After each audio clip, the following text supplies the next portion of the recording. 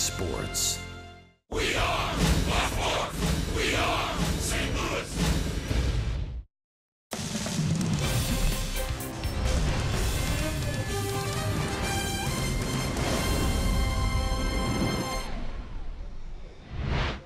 This is St. Louis Cardinals baseball. And it's a day game. It's the Kansas City Royals and the St. Louis Cardinals rubber game of the three-game set. And with the Cardinals Hall of Famer Jim Edmonds, I'm Dan McLaughlin. Welcome to Cardinals baseball. We thought we'd have a little fun today and focus a lot on Tommy Pham.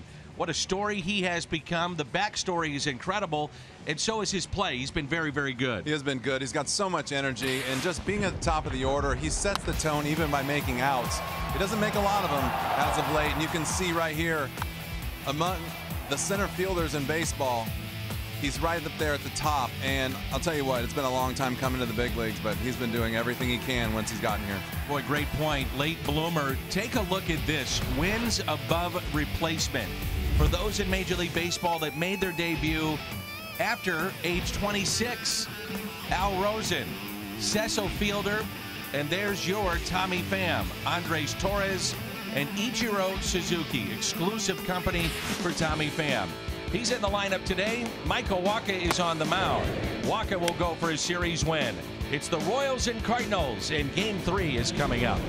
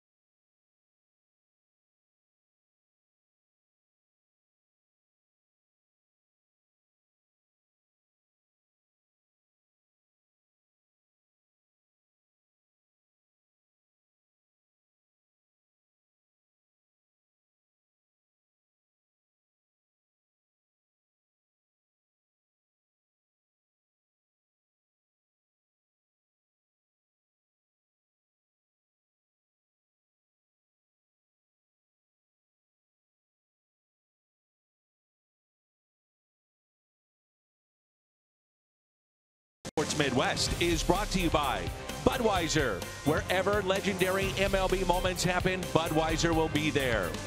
And by Chevrolet, the #1 selling brand in the St. Louis area. Find yours at your Mid-America Chevy dealer. The old courthouse here in St. Louis, and it's the I-70 series. Homestand comes to a close today. The Kansas City Royals, the St. Louis Cardinals. Always fun when these two get together, and a beautiful day for baseball comes your way next.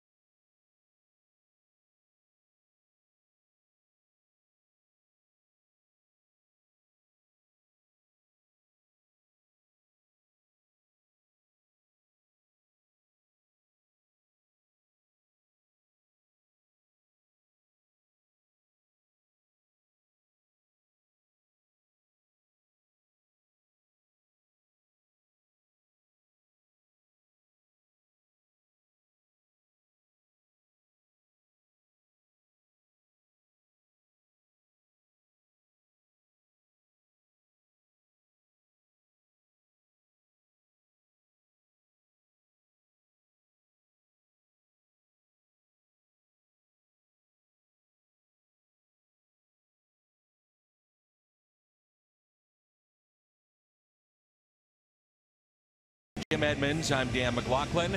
It's game number 3, the Kansas City Royals and the St. Louis Cardinals. With the loss last night, the Cardinals are 6 games above the 500 mark. They're 26-20 and 2.5 games back of Milwaukee in the NL Central. Milwaukee has won 7 of their last 10. Meanwhile, on the other side, the win, just the 14th for Kansas City last night. They're 15-33.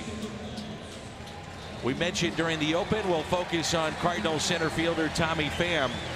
And why not? What a story of perseverance from the eye condition to maybe being buried in the minor leagues.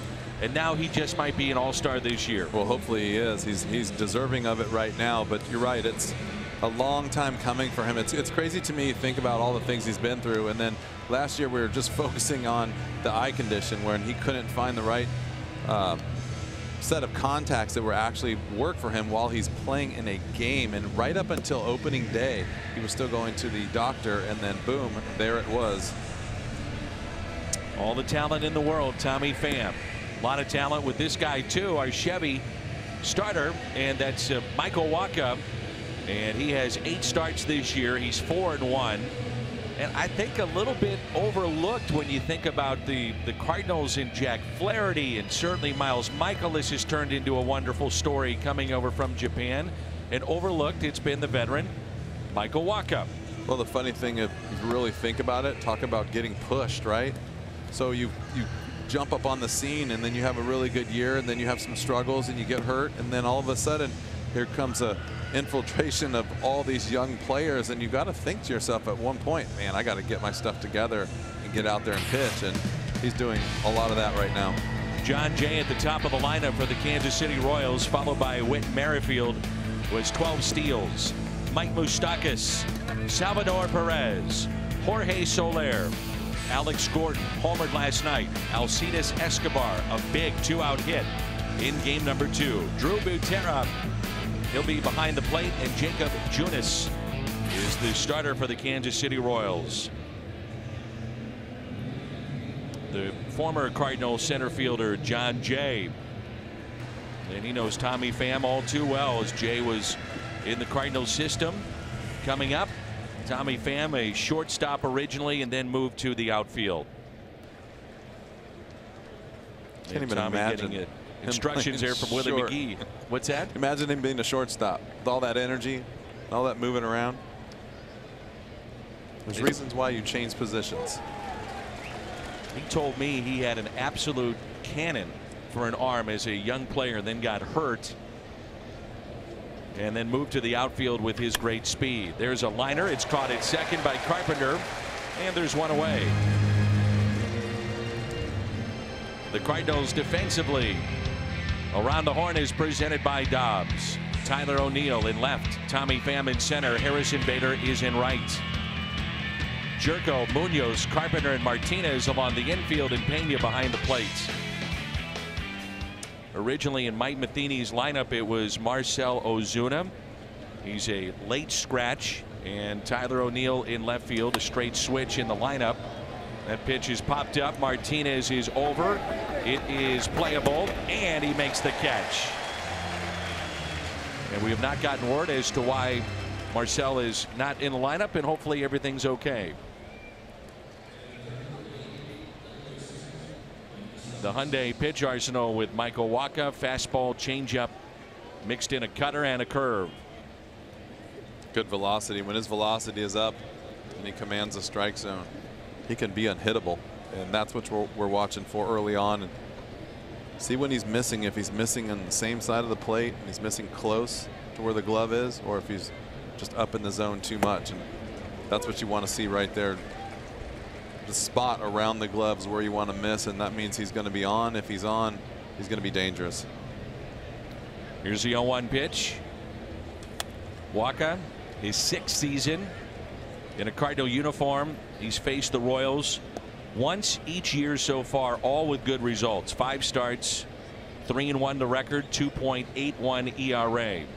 A quality start all 5 times against him. And the 0-2 pitch.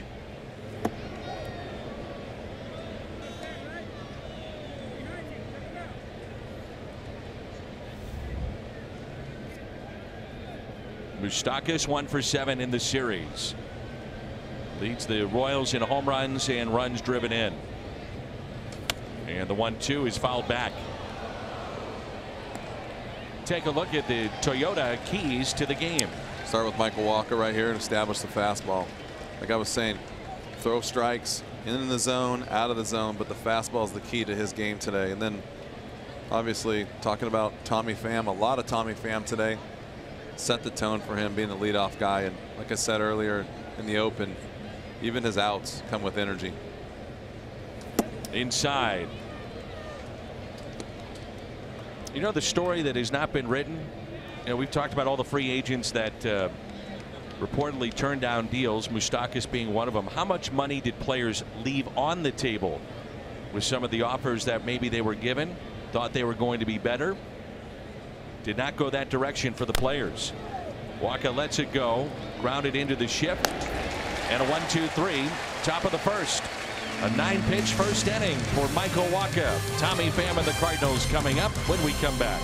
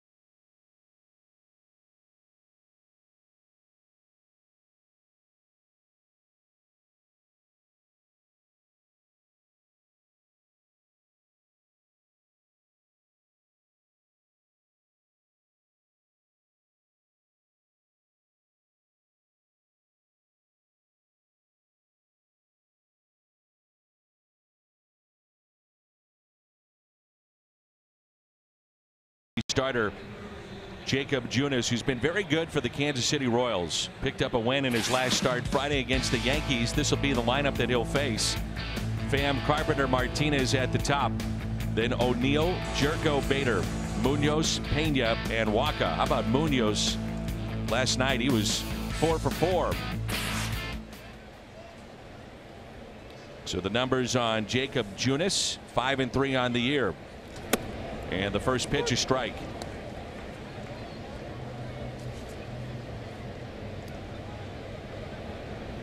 Here's the 0-1. Little flare out to shallow right, and the catch is made.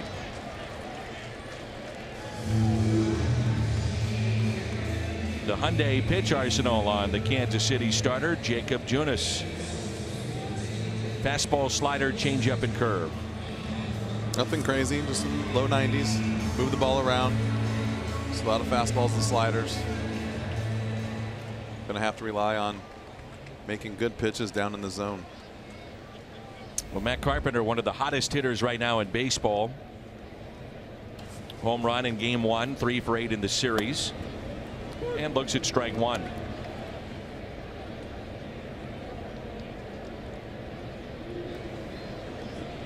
A shift here for Carpenter. Teams would shift on you towards the tail end of your career. And for some players, it does get in their mind. You know, do I need to spray the ball? Do I need to go the other way, or do I just let it rip? I never once looked at it. Is that right? I hit a couple balls up the middle, and the shortstop was standing right behind the pitcher, and I thought, what was he standing there for? And then realized that that's where you're supposed to play. Yeah, the numbers don't lie. Certain guys, you know, like if you get a sinker baller, guys that can hit the ball all over the place, you're going to hit the ball where it's pitched. And with 2 strikes, third baseman Moustakas near short. And Carpenter trying to go that way. I thought with the shift, if Scott Rowland played now, he would have been amazing, because you could put him at second base. You could put him as a shortstop. Such a big man could, you know, he was a 6'5" shortstop. All I could think about is him saying, no, not going to do it. And a strike on Carpenter. He didn't like it. Or a strikeout at either side. Missouri Lottery Fox tracks as we take a look. Like this pitch, you see it inside the box, but you see a lot of guys this year, and I'm talking about not just on our telecast, a lot around the league are having a hard time with that ball right there. You know, I believe that that's probably a strike, and I sometimes don't understand why guys don't swing at it, because that's the pitch I would love to see. Maybe not in there, but up.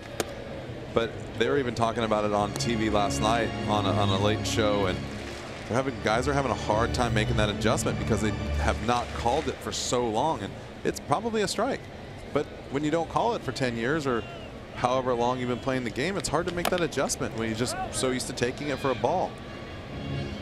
0-2 the count on Jose Martinez, the third place batter in this lineup for the Cardinals. Royals defensively. And Around the Horn is presented by Dobbs. Very similar looking defensive lineup again for Ned Yost. And that's hit out of play. Take a look here with the trio in the outfield of Gordon, Jay, and Soler. Infield, Moustakas, Escobar, Merrifield, and Perez. And Butera is behind the plate. Second career start, by the way, for Salvador Perez at first base. Last time it happened was 2013. And Martinez waves at the breaking pitch, strikes out, and a 1-2-3 inning.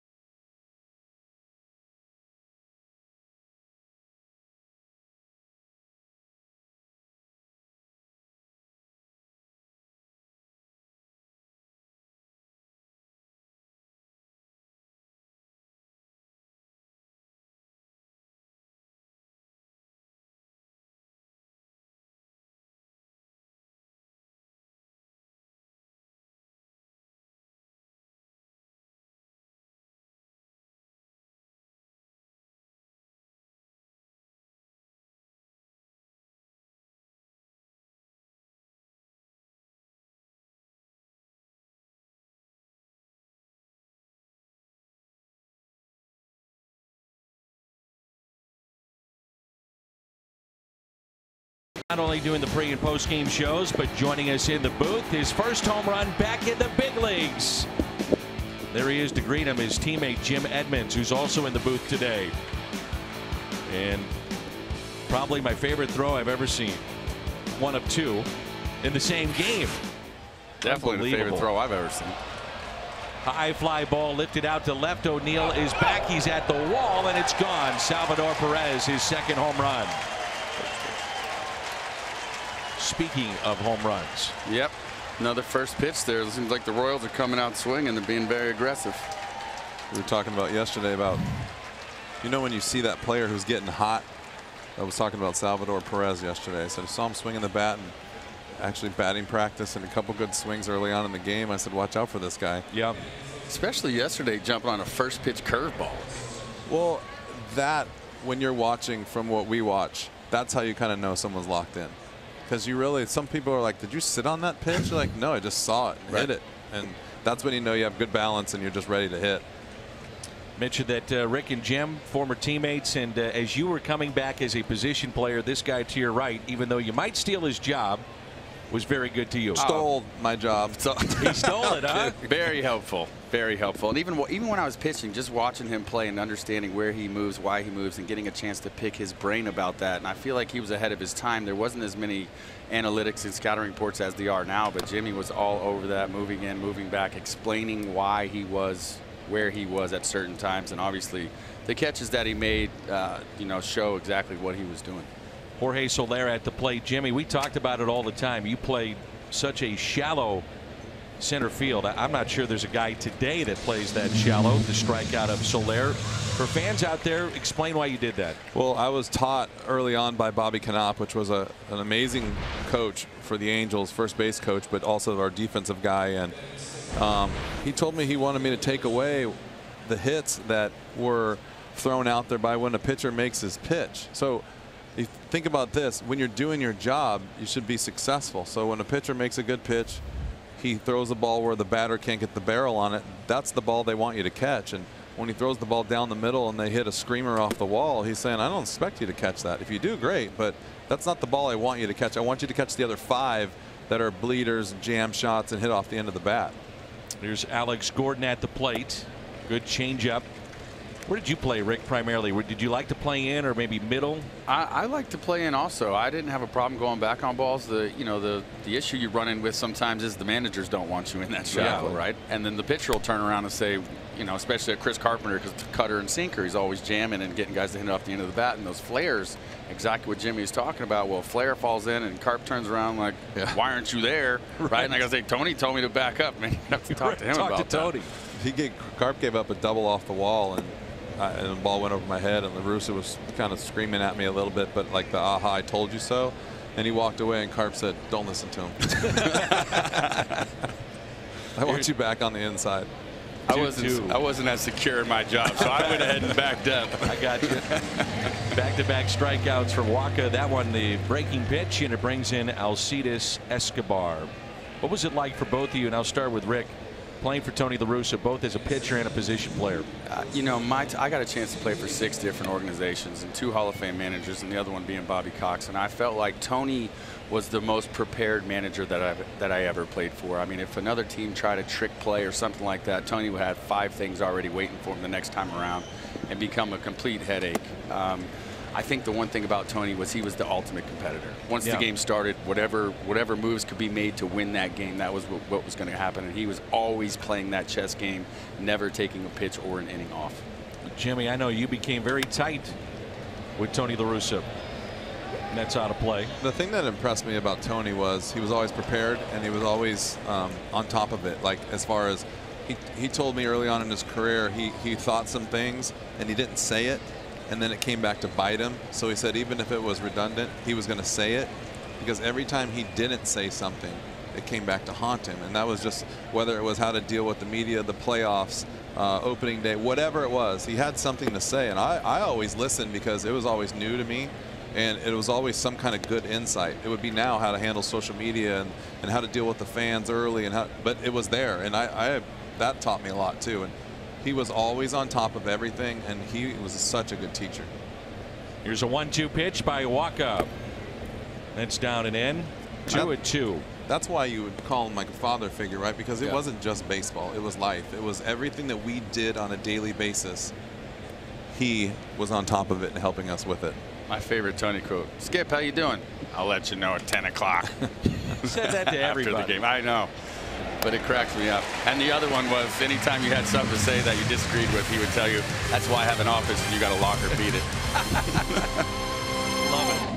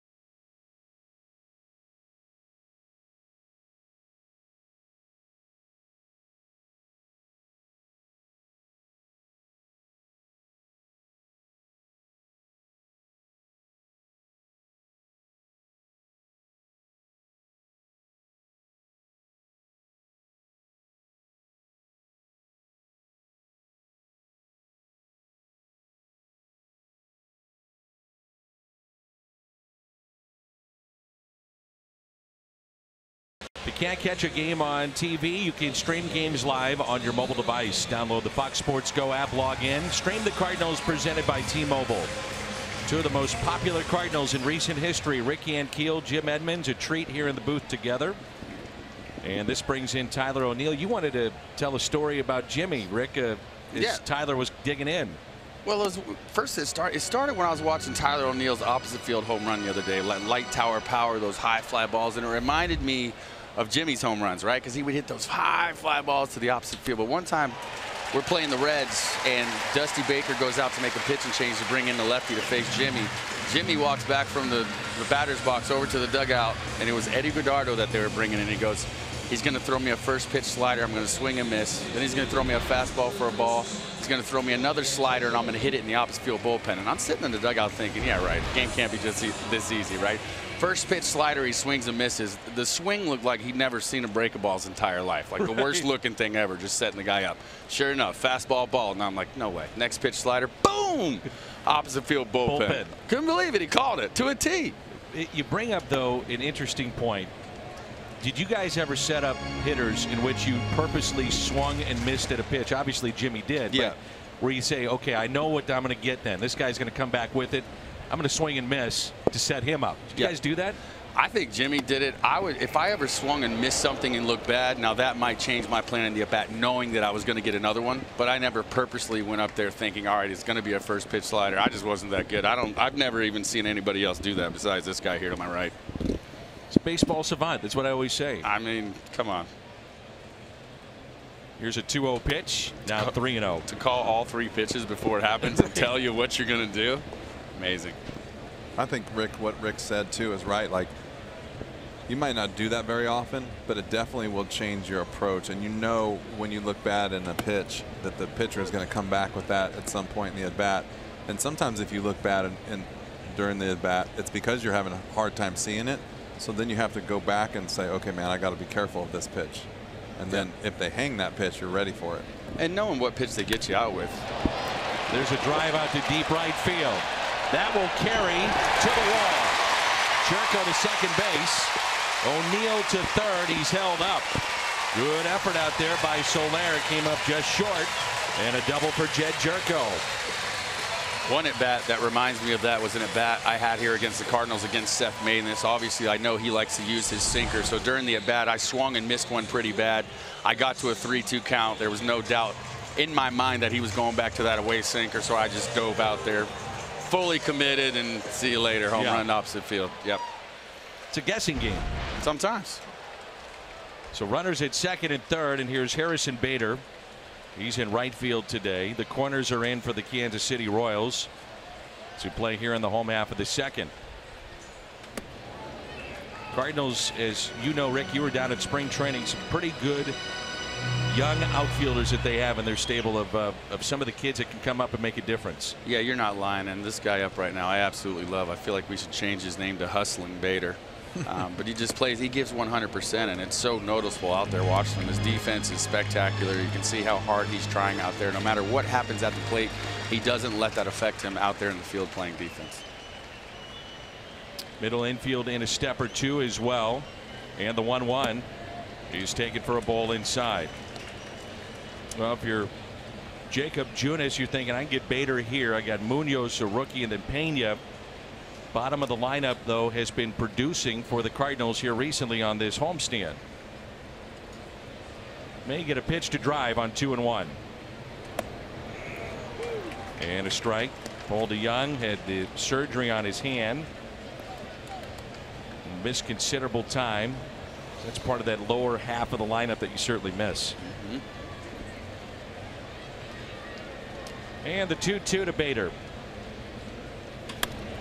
On the ground is short. Run will score. Game tied. Puts the ball in play, and the Hustling Bader drives in a run. Yep, absolutely. Infield back, take that RBI all day.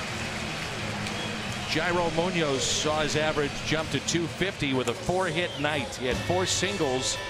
Average rose from 100 to 250. First multi-hit game. Unfortunately for him, he was thrown out twice by Salvador Perez. Strikeout, throw him out, double plays. And so Perez getting a chance to play with Bader out.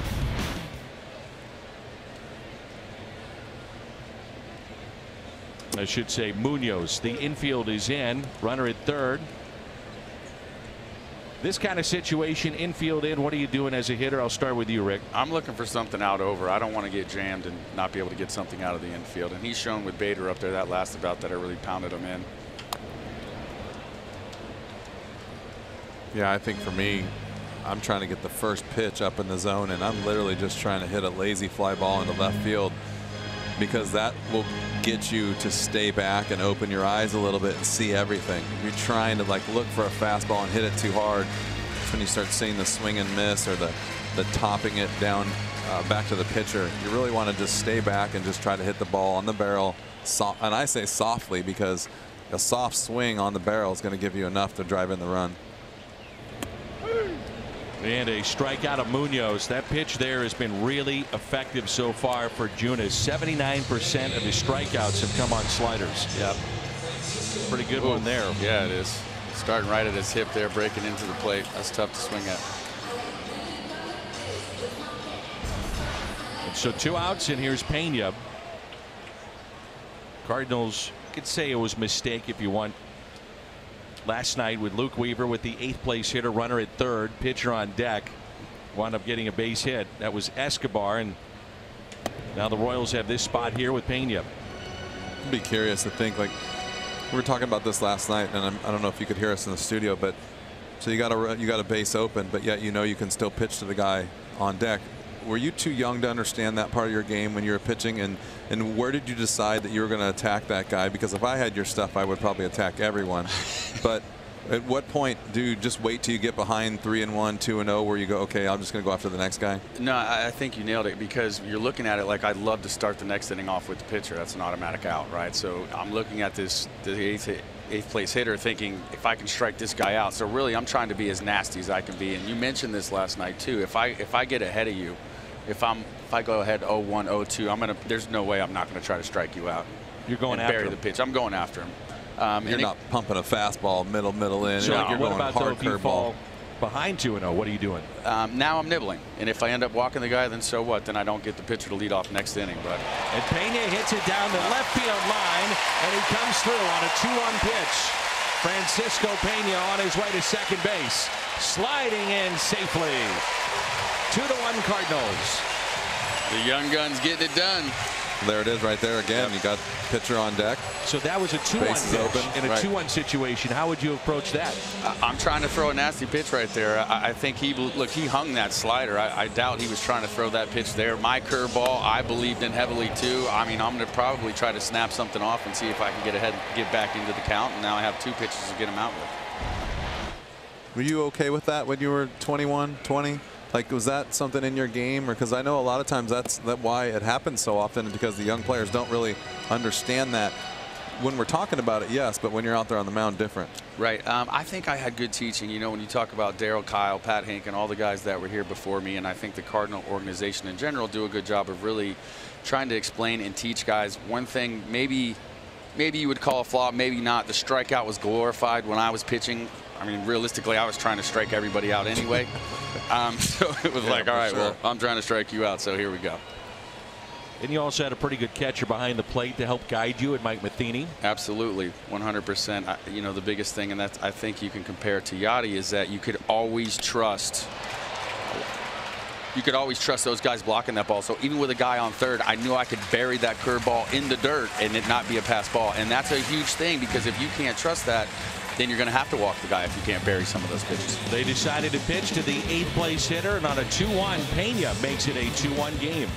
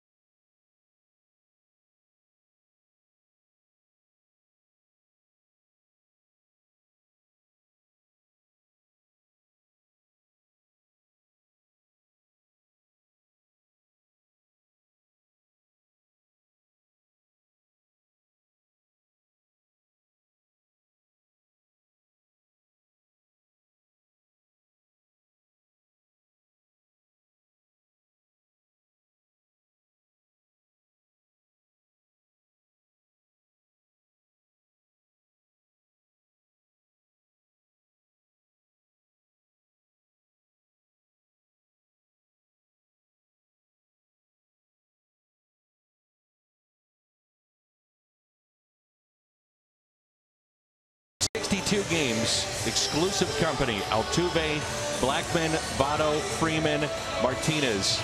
On that list, all MVP candidates. Let's check in with Jeremiah Johnson.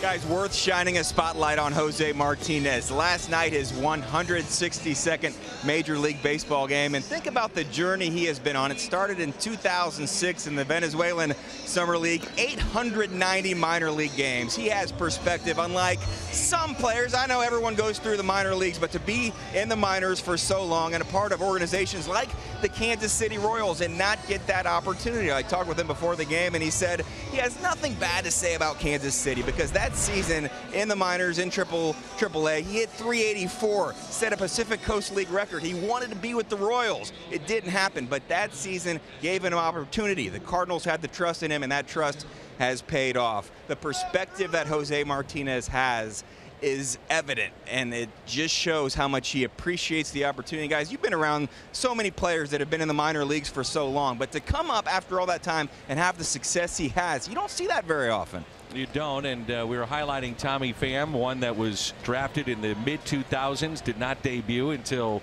2014, September of 2014. I think about a couple of the center fielders I have in the booth here, in particular Rick Ankiel, and the journey of going back to the minor leagues. That had to be a humbling, tough, rewarding experience, as that's driven out to left center, and Pham is there. Yeah, you make it to the big leagues, you're the phenom, and then all of a sudden you're out of baseball for about 8 hours. Yep. And then they call you and you say get off the couch, and you become a center fielder. Yeah, no, you're exactly right. It was a humbling experience, but a welcome challenge, because when I was going through that throwing stuff, I really, for those 4 years, compared to being trapped in a mental prison, that's what it felt like, because the throwing issues consume you 24/7. You can't leave it at the field or get away from it. So once I switched over to be a position player, I felt like, wow, this is fun again. I get to show up and try to show these guys I can hit and throw guys out from deep in the outfield, and it became an experience that was enjoyable instead of dreading going to the field. This is Junis at the plate. How many of the guys and where did you start back in the minor leagues? What level were you at? I went to A-ball. So you go to A-ball. Johnson City, right? Johnson City was I went back there when I was pitching. Right. Yeah. So you go to A-ball, AA, AAA, and then back to the big leagues.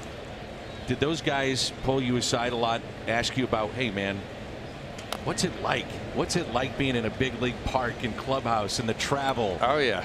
And it was so much fun telling those guys. I'm like, you don't even pick up your bag. You know, everybody cleans your shoes. You don't do any of the things you do here. And at the same time, I was pulling pranks on them and having fun with them. So it was really pretty fun. I enjoyed it. The strikeout of Junis, and the third today for Michael Wacha. Jim Edmonds, Rick Ankiel, Dan McLaughlin with you, and fun to have you guys in the booth. You know, center field is a tough position. Did you think you could do it? I mean, coming back, or did you think, man, maybe they're using this to say, let's get him back on the mound again, get a little taste, you know, and let's get him back on the mound? You know, I felt like my hardest challenge was going to be hitting every day. I knew I had power in BP, but was I going to be able to hit good enough to have a high enough average to make it work? Especially, I remember in AA, the first cutter I ever seen. I was so used to just on righties diving out there on sinkers, and all of a sudden somebody threw me a cutter, and I thought, what in the heck was that? You're telling me I can't dive out there? What am I going to do with this? What do I do now? Yeah, so that was eye-opening, and definitely, you know, it changed. It changed me a little bit. I realized now I just can't dive out there on every time I think the fastball's coming. And that was an adjustment too, but it's all part of the growing pains, and you know, it helps when it definitely helped to have already been up here in the big leagues and knew what it was like, etc., to go through the journey again, right? Because I knew what was awaiting me. I knew where I wanted to go, and I felt like, you know, the only thing stopping me was me, and I just went at it 100% as hard as I could. Here's a 1-2 to John Jay, and a swing and a miss. So back-to-back strikeouts, and 4 for Michael Wacha. Tommy Pham, we're going to talk about the current Cardinals center fielder when we come back.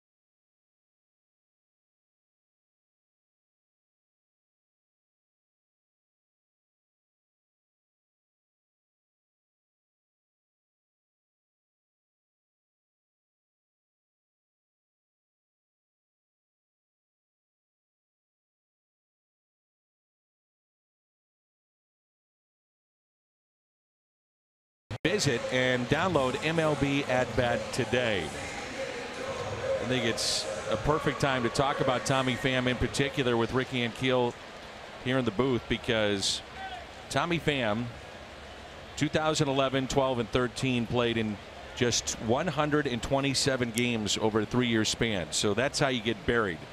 You age, you get a little bit older, young players are coming up. And I asked him, I said, you know, did you think about quitting? He said, my grandma wanted me to quit and start life outside of baseball. But he said, in the minors, you see other guys and wonder why not. And I didn't want to look back and have any regrets whatsoever. He said, I knew I was as good as those players, but no regrets. I'm sure you felt the same way. I did, and I think that's so smart of him to say that and think that way, because I felt the exact same thing when I switched over. That what do I have to lose here? I don't want to get 10 years down the road and look back and say, what could have been, what if I would have just given it a shot. So that's just a smart mindset to have. I think that's the perspective that you need to have to stay in there when you have those type of years and you feel like you're getting buried. You're watching guys get called up, and like he said, he knew his talent was as good as the guys getting called up, but he was getting older, and was he ever going to get that shot? I've seen Carpenter turn it up a notch or two here recently. What are you both seeing? I'll start with you, Jimmy. I just think he's been a little quicker. You know, we talked about that left-handed at bat he had against the lefty, and just made him a little bit shorter, a little quicker, and I think that was almost the start of it. A couple days later, you look up and he's been 500 over the last 3 or 4 days. So I always said this too, as a lefty being in the lineup, when you start to struggle and they try to take you out of a game with a lefty throwing, and you're like, that sometimes is the best time to really lock back in and get your swing back. You don't want to be out of the game against lefties, because that sometimes will turn you around. I agree with you 100%. One of the best years I had the entire offseason, the only person I had to flip to me was left-handed. It was actually Adam Olsen. I was coming back out of the rehab, and he was down there doing those things.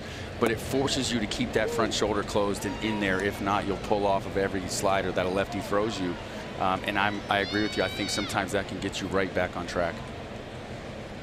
Forced to keep the front shoulder in. Yep. Keeps you short. You can't really. You can't predetermine that you want to launch, because you really don't know where the ball is going to end up right away, and so it's got to be a quicker, shorter swing. Strikeout of Carpenter, second time that he does not like that call. You know when a guy's got a good breaking ball, but every time he throws it for a strike, everyone's complaining. Turning around, saying something. And every one of those balls have been inside the box, which I usually don't agree with the umpire, but I mean, it speaks for itself when you're watching the TV and they're inside the Fox box. It's a late break too on that slider. You can see where a hitter would give up on it. It's a nasty pitch. It is a nasty pitch. Jose Martinez with 2 outs. Jeremiah talked about his journey to Major League Baseball and the long road to get here. Little tapper, tough play here, and an infield hit. You got to love those as a hitter. Thank you. Supposed to drive it out of the ballpark. He hits about a 50-footer and it's a base hit. You got to take those. Those they all even out, right? That's it. Those make up for those hard line drives you hit at people. And it brings in Tyler O'Neill. How intrigued are both of you with this guy, Tyler O'Neill, just because of how physically fit and big he is? I mean, he is strong, especially that home run he hit to right the other day. Jimmy called it. A lot of people can't do that high, that far. I can't recall a right-handed hitter hitting one that high. Now, Jimmy did it, as you mentioned, as a lefty, but a righty hitting one that high into the Cardinal, or rather, the Cardinal bullpen. Only guy that comes to mind for me is Troy Gloss. Yeah? Yeah, a little bit of an uppercut. That's right. Yep. We were talking about Matt Holliday's power the other way, but then Danny hit it right on the head, where he just hit line drives out because he was so strong. Line drives into the bullpen. Yeah, there were line drives that just happened to get over the wall. I remember when he hit off Trevor Hoffman in Milwaukee, it seemed like he one-handed a changeup off the center field scoreboard. It was like thinking, my goodness, how do you do that? Ridiculous. Yeah, can't even two-hand that in BP, and you're one-handed in the game. This guy hit basically a one-handed home run over the weekend. Changeup went down to get it. A ball and 2 strikes here on Tyler O'Neill. The breaking ball. It's the go-to pitch today. You know, like you said, if I was on the mound and Every time he threw a breaking ball, everyone was complaining, but you knew it was a strike. You just got to keep throwing it. Might throw 40 in a row. Going to get him a chin strap for that helmet. It's about the I'd say 6th or 7th time that's happened. The helmet flies off in 3 days. And try to challenge him up. Here's a 1-2. We're seeing more and more in baseball, guys with a fastball pitching up and comfortable in his zone doing it. Yeah, I mean, it makes perfect sense. Makes all the sense in the world, as you would say. But, you know, guys with that launch angle trying to swing up. I feel like if you look at it like this, now everybody basically is a left-hander. Left-handers like the ball down. Typically, the guys don't hit the ball up, except for you, Jimmy, one of the exceptions as a left-hander. But with that swing now, it's like everybody is going to that style.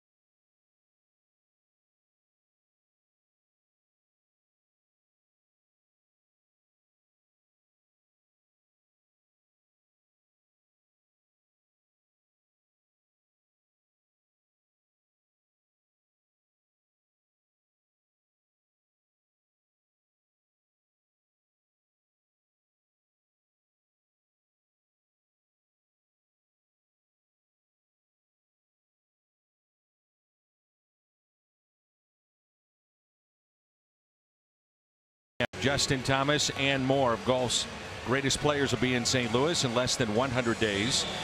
And tickets for Monday's opening day through Thursday's opening round still available, but going very fast. The 100th PGA Championship coming up at Belle Reve. Rick, what have you seen out of watching Michael Wacha? It looks like he's really turned the corner again in his career to become an elite type starter. What are you seeing? The easiest way to say it for me, I feel like he's pitching. And now I feel like the breaking ball is better than it's ever been for whatever reason. But now you're mixing in that third pitch. And for the hitters, now you can't eliminate something. And when he's throwing that breaking ball with such a big break, he has such a good high angle release. Now that high fastball becomes a really deadly weapon off the curveball. There's Whit Merrifield, 2, 3, and 4 in the lineup for the Kansas City Royals. Marquia, drive to success. His last 3 games, very impressive. Ground ball that's pulled foul. Ricky and Keel, by the way, an author for those that don't know. We've talked about it a lot, though. The phenomenon was re-released and New York Times bestseller. And there's a guy that you know well in Miles Michaelis from the Jupiter area where you grew up. How well do you know him or his family? I've known his family for a long time, and I got a chance to watch him pitch in high school. And then, you know, I didn't pay attention too much when he was in the minors, but when he got to the big leagues, you know, obviously I tried to watch as much as I could. And now the changes you see are amazing. He's just really learned how to pitch, dial things back. He's not trying to overthrow, which has given him a lot more movement, and he has good stuff, and it's showing it out here on the field. Was he a guy that was a max effort guy in high school and beyond? Yeah, and you know, when you're max effort like that, you might squeeze the ball a little bit tighter and it ends up being straight. You don't get the movement that you have. And I mean, you watch him pitch now, and you know, listening to you guys and watching him myself, you guys have mentioned this too, but he's just filling up the entire strike zone and using high, low, in, out. And you really just, you know, for me, when you're watching any pitcher, watch the hitters. They just don't seem like they're getting good swings off, which means they're not getting a good look at it. And after watching the first 2 starts in spring, we're thinking, uh-oh. Yep. And And he's changed. And he has, you know, and it's funny. I talked to his dad, and he said, you know, Miles has always been a slow starter, and he just needs to get comfortable. And certainly that's exactly what has happened. It's a great story. Goes over to Japan, the way he kind of remade himself. Here's a 1-1 pitch. Taken high. You know, all the redemption stories we have on the team, you just think that adds to the character of the clubhouse, right? Because now everybody appreciates the opportunities that they have here more than if it would have been never taken away from them, or if they would have just came here right out of high school. Nothing against those guys, but just knowing that they had to fight their way to get here, they're going to do everything it takes to stay here and be the best they can. And I think it'll spill on over to everybody else on the team. It's a great point. That is an exaggerated shift. 2 strikes on Moustakas. Whole left side of the infield is open.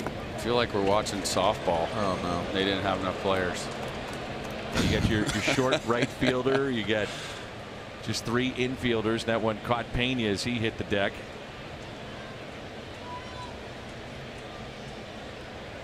Well, apparently he may have gotten one where Yachty got one. Where would that be, Danny? Well, I think your imagination can fill in the blanks. Or he got one. Hey, by the way, I saw Yachty today, and he had a little pep in his step. He said he was doing really well, and he's looking forward to getting cleared, I think, in the next couple of days and start resuming baseball activity. Is that right? Yeah, which I think is good news, especially for him.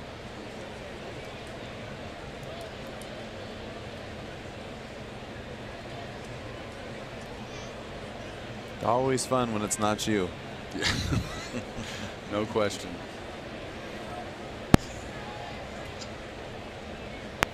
It's like fishing. I don't mind blood on the boat as long as it's not mine. Or your kids. Yeah. 2-2 the count on Moustakas. I mean, can you imagine if you had the guts to throw down a bunt right here? You almost have a double. All you got to do is get it to the dirt. Just trying to bunt the ball to third base. Had him out in front. It's popped up. Pena with the catch.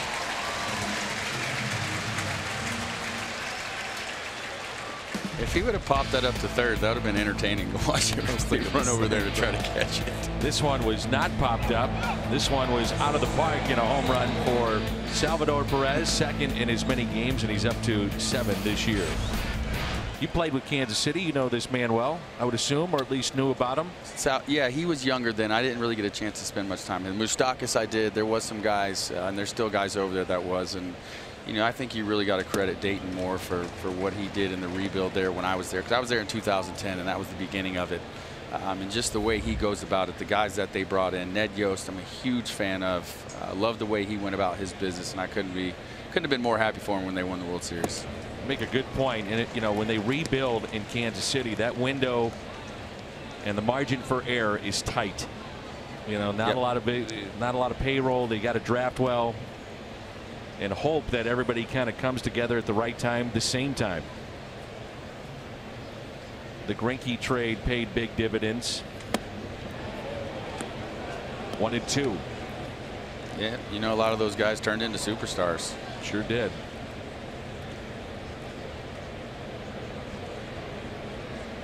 Here's a 1-2. And a strikeout of Perez. 5 today for Michael Wacha.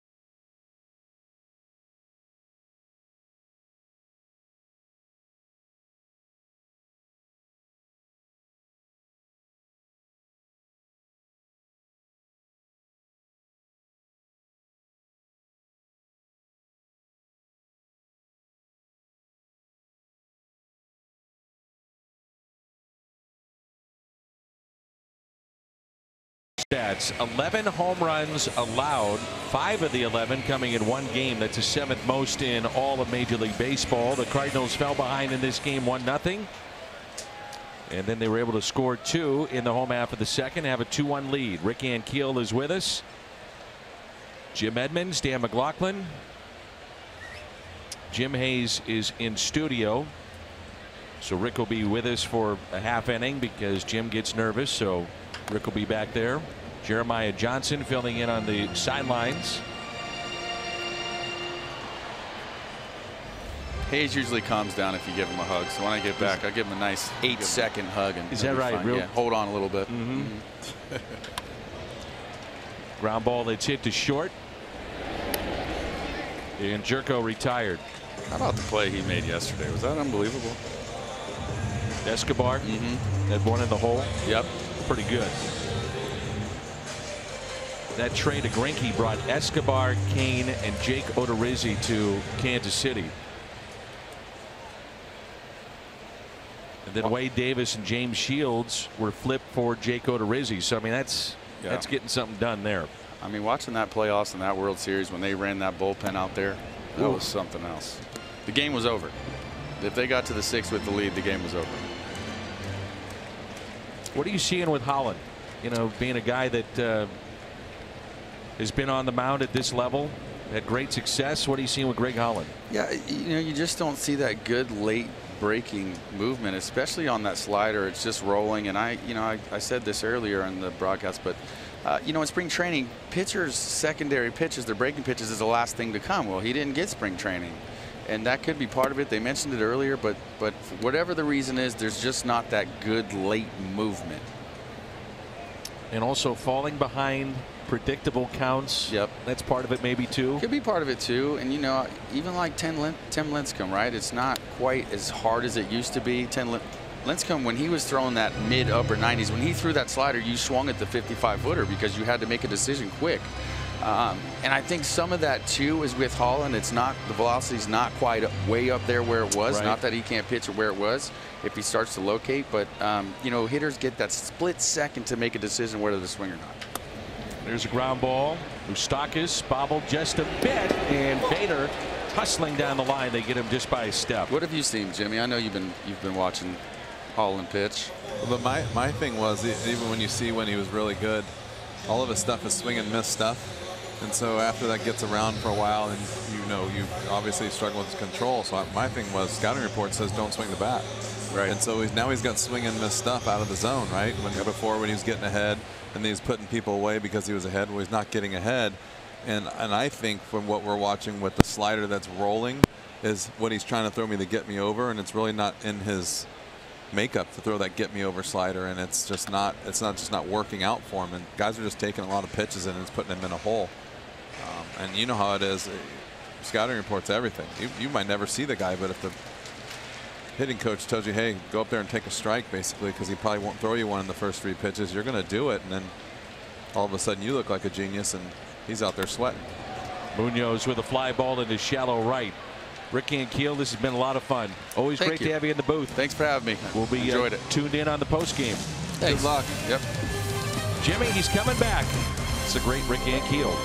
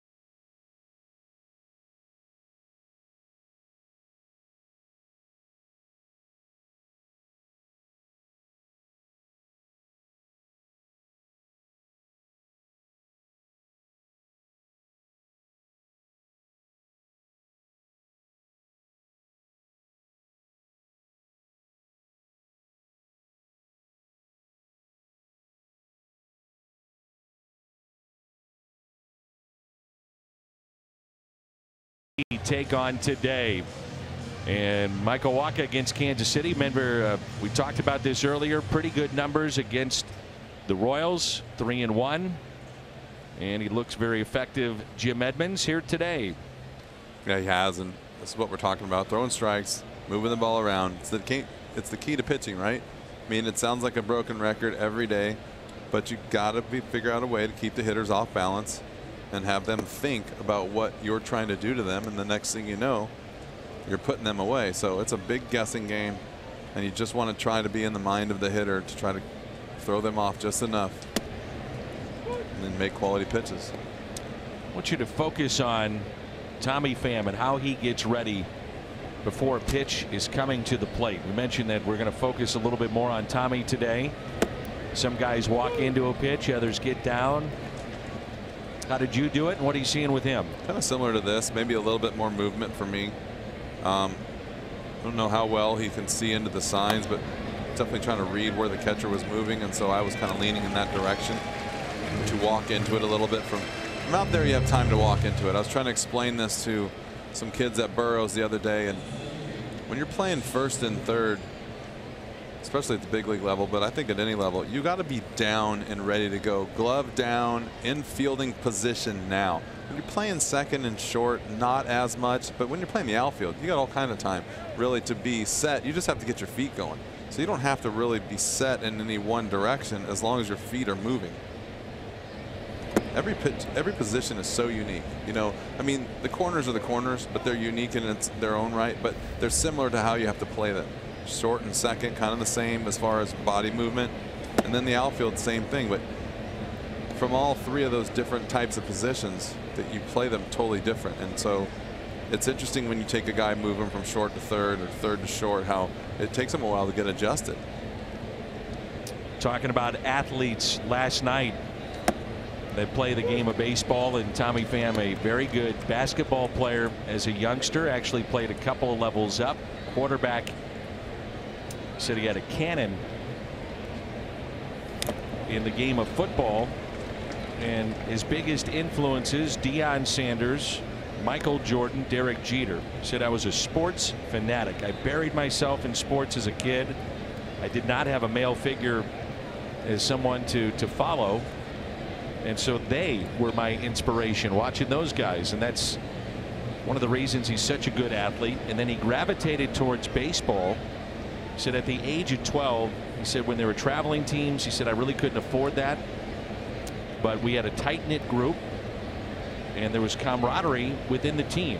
Lack of a father, and he said I love being in a team sport like baseball and the camaraderie that goes along with it. He's a very thoughtful young man. I said, boy, you're polite. Right away he said, thank you. Grandma was a big influence for him. I just don't think we talk enough sometimes about the stars of today and their stories. Well, everyone's afraid to get their stories out. Yeah. You know, and he's not really afraid of that. He's open with his deal, and he wants everyone to know that, you know, he's worked hard to get here, which he should. Everyone should know his story. You know, some people run away from that, run away from the spotlight. So I think it's a good story. And the 3-2 hit into the shift. Alex Gordon retired. Join us for Ritz kickoff to summer weekend, June 1st through the 3rd. Friday, June 1st, 30,000 fans 16 and older receive a stainless steel tumbler featuring Yadier Molina, courtesy of Apple Vacations.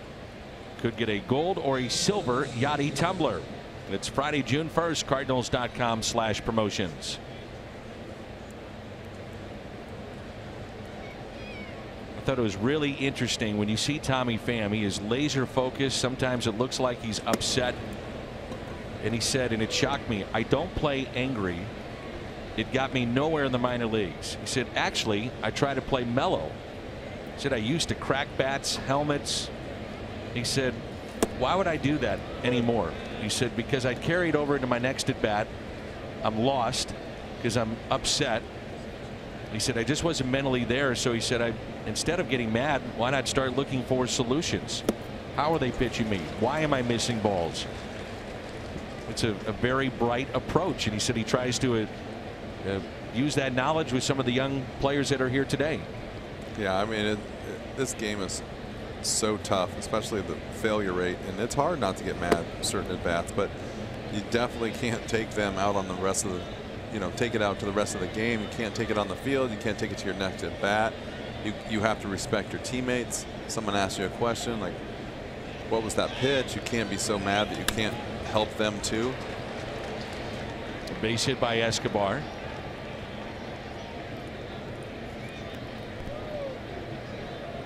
And a 2-out hit. Remember one time in Anaheim, a couple guys that were good friends got in an argument in the dugout because the guy came back to the dugout, was asked what that pitch was, and he was so frustrated he screamed instead of answering the question. Couldn't even really settle down enough, and then they got in an argument. Basically because your job is to help your team. If you're going to be a team player, you got to help them, and they want to know what that pitch was or what happened or was that a strike. You got to be aware enough to continue that conversation. Help your teammates learn. So 2 outs, runner at first. It was fun having Ricky Ankiel in here, wasn't it? Yep. Always good to have him around. He's one of your favorites. Definitely. Mine too. Drew Butera is at the plate. And I bring that up because you talk about being a good teammate, and you mentioned it. Ricky Ankiel was nipping at your heels to maybe take your job, and Rick has pointed to you as being one of the biggest influences in his career in learning how to play the outfield and center field at this level, and you were always willing to help him out. Well, by that time it was too late. He was like a little brother to me, so I couldn't really take that back. So, and you saw the good and the bad. Yep. Still think he would probably be one of the best left-handed pitchers of all time. He wouldn't have gotten hurt, obviously, but his stuff was special. Here's a 1-0 pitch to Butera with 2 outs and a runner at first, and a strike.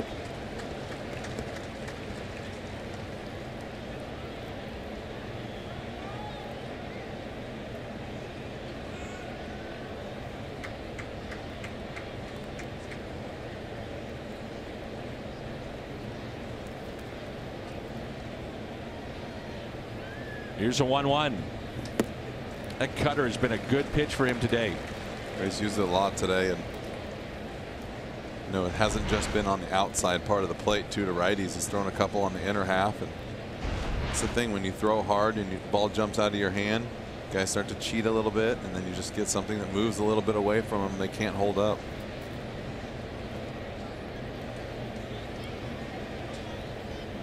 And the 1-2 hit up the middle. Carpenter steps on the bag for the out.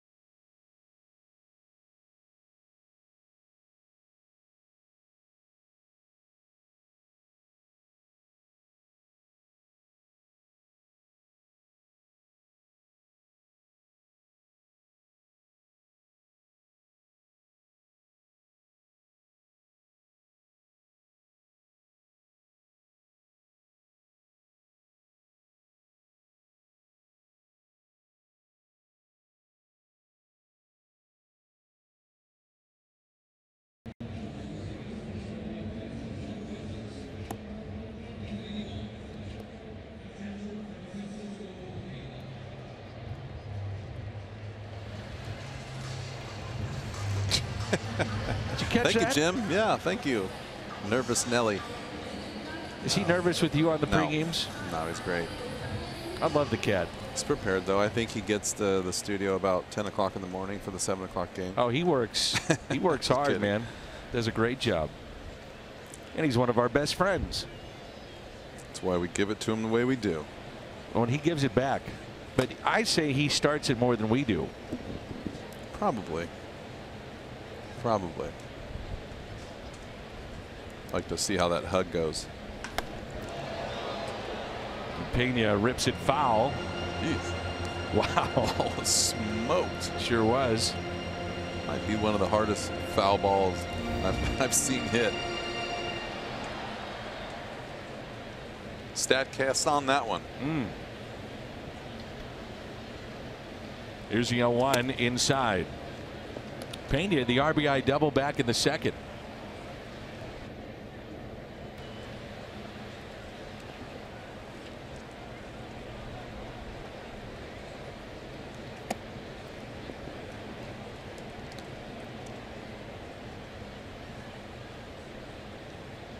The Royals back in the second inning, elected to pitch to Pena, and on a 2-1 hit a double down the left field line.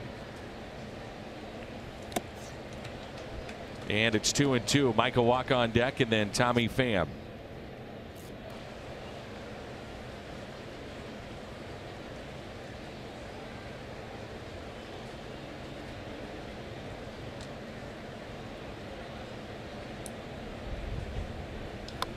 Just got a piece. Boy, it's a good example there of the late break of that slider by Junis. Fooled, but just got a piece to stay alive. Yeah, not too many guys have been able to do that today. Got some kind of slider working for him today.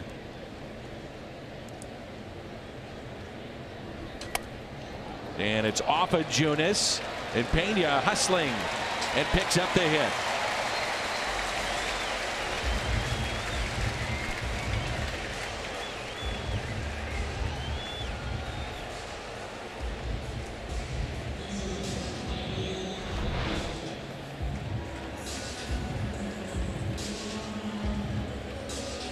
Thing with that slider too, though, saw a lot of those sliders that guys were taking were kind of at them as a righty.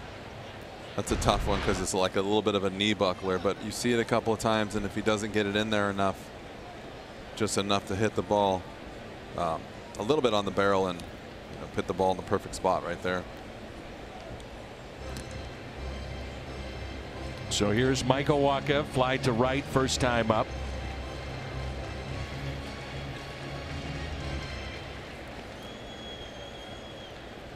Sometimes when you hit a foul ball like that, like he hit, I don't know if I've seen one hit that hard. You're almost kind of like thinking he's not going to throw another one of those, so start looking out over the plate. Here's the 0-1, and it's bunted foul.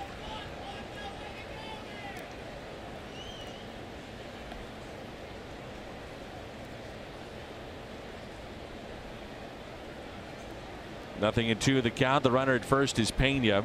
Not great speed, so if you get the bunt down, it's got to be to the right side with first baseman holding, and Pena's got to get a fairly good jump. Moustakas racing down that third base line. It's back to Junis, and the sacrifice is good for Michael Wacha. Funny you say that too. I was going to say right before that, it's a lot to ask. It's a 2 strikes. He's got a really good slider, and you're telling a pitcher of all people that you got to get this bunt down in a certain area because you got a slow runner at first, and fortunately he did it, but that is a tough ask.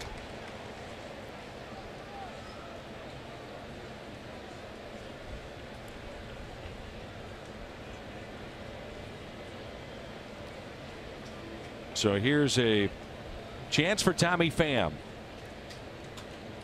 The eye condition he deals with, keratoconus.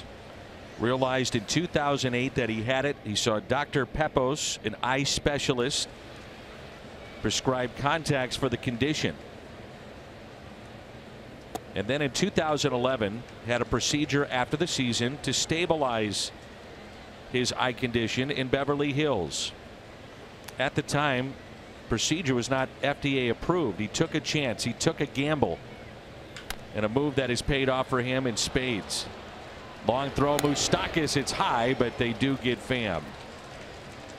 And just to tell you a little bit about the condition from Tommy Pham, he said it's your cornea, which for anybody that quote unquote has normal vision, it's circular. Keratoconus, it's a football shape, your cornea. So it limits your vision in different areas as you try to survey what normal vision is like. It's in his left eye. That's the issue. And his lead eye. That's right. Hitting. He actually has 20/15 vision. No other player that plays the game of baseball has done it with his condition. And he said, you know, I want to be an inspiration for those that have keratoconus, that you can live a normal life. You can play sports. And he does it all the time, but he does it with no fanfare, no media. He goes and talks to kids and those in high school that have eye conditions all the time, quietly here in town. Does it all the time. I think you get the point. I'm a big Tommy Pham fan. Hard not to be. Say that 3 times fast. Tough. I mean, I'll tell you what, though, you know, we saw him when he first came up, and you're right, his contact situation wasn't great. There's a lot of sliders in the dirt, and he's having trouble picking up the spin on the ball. And I remember having a conversation with him, and he said it was just like overnight. And I thought he really just got in a better hitting situation, like in a better stance. His head was a little bit lower, he's a little bit more still at the plate. And then I talked to him like within that week, and he said literally went to this one doctor, put those contacts in, and boom, there it is. And he goes, the next day I could see the spin on the slider. It's amazing. And where some guys are using glasses, not all the time, sunglasses, day game after a night game, Tommy, it could be tough. The backdrop is high. There's a shadow at certain points during a day game. The ball has to get to a certain height for him to pick it up.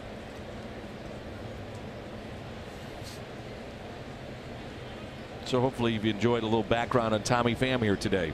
I have. 3-2. Done some nice work. Well, he also said, it was a valid point. He said, you know, so many people say to me, you can't see in day games. He said, that's not right. He said, it's just hard to play a day game after a night game. Well, it is funny too, because you leave spring training, and your first couple of night games, it's a little weird, and then you play a bunch of night games, and you come out here in the daytime, and all of a sudden it's way brighter, and you feel as a hitter that you could never win. You know, then you're battling the weather as far as the cold, the heat, the wind.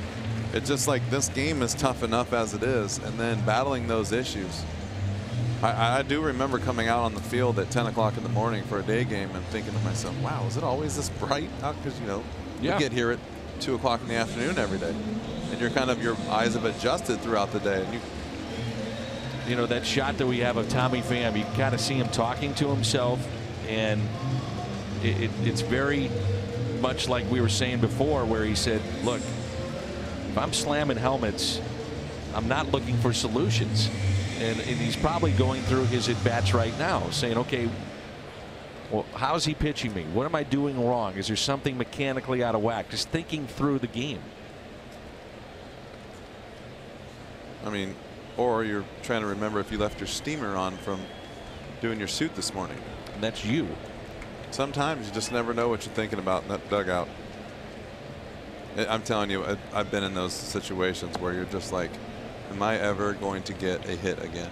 Am I ever going to see the ball again? Am I ever going to catch a break again? Because every time I have to go up to the plate as the first pitch a strike. I mean, it's crazy. And that's what I was saying the other day, the mind game at the plate is unbelievable. And I can only imagine the only other sport that I could think of.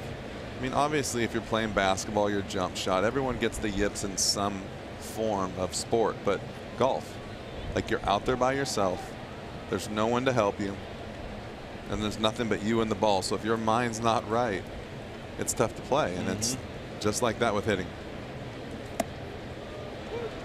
It's 2-1 the count here on Jose Martinez. 2-1 our score, bottom of 5. It's weird to me why it's not as easy as Little League, you know, where you just go up there, see the ball, swing at it, hit it, and hopefully it goes somewhere.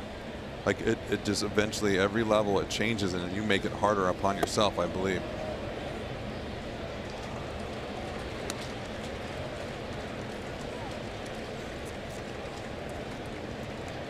No scouting reports in the minor leagues.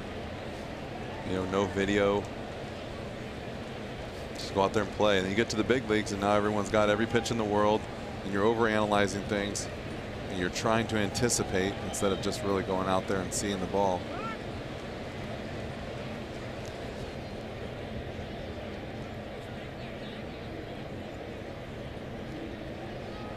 And the count of 3 balls and 1 strike now on Jose Martinez.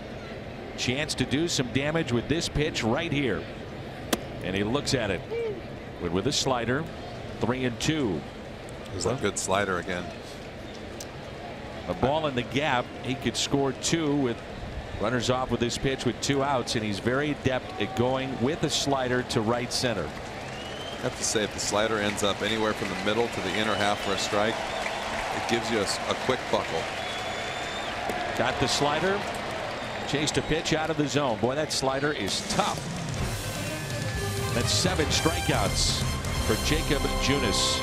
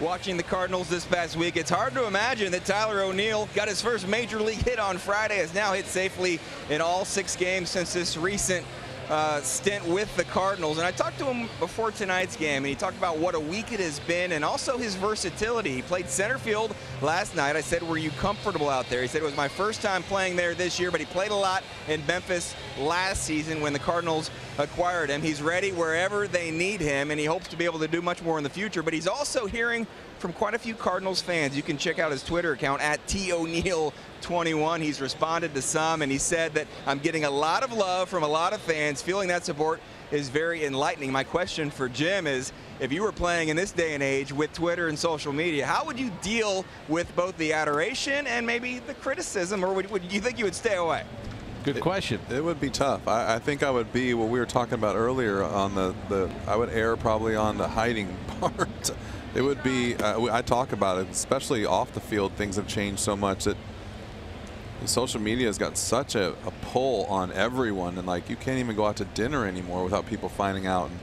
And, I think dealing with the negativity is tough. I felt I could deal with it a little bit on my own. I didn't like it when it was towards my teammates. That really bugged me. Almonte is the pinch hitter. The Cardinals actually have classes for their minor league players of how to deal not only with the media, but long, drawn-out classes about social media. And at this day and age, it is a great way to brand yourself. You know, the shelf life of a player is short, and you hope that they make a lot of money and It's a good experience. There's a base hit into left.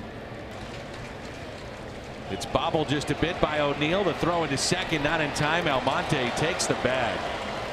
See, Pham and O'Neill were a little tardy getting there and then bobbled, and that slight hesitation leads to an extra base. That was great base running right there. I mean, he ran hard the whole way, and when he saw the bobble, he was still in stride because he was making a hard turn. And this is the proper way to run the bases. And he's already gone. He's already, when the ball popped out of the glove, you see right there, he never slowed down, and that's what they teach.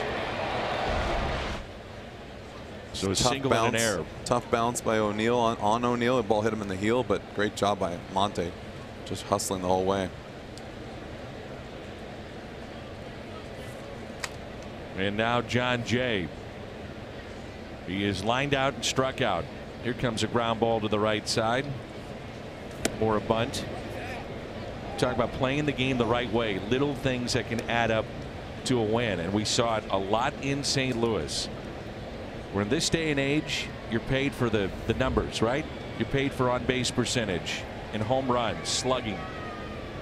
But a ground ball to the right side here could tie this game up, put a man in scoring position, or a bunt.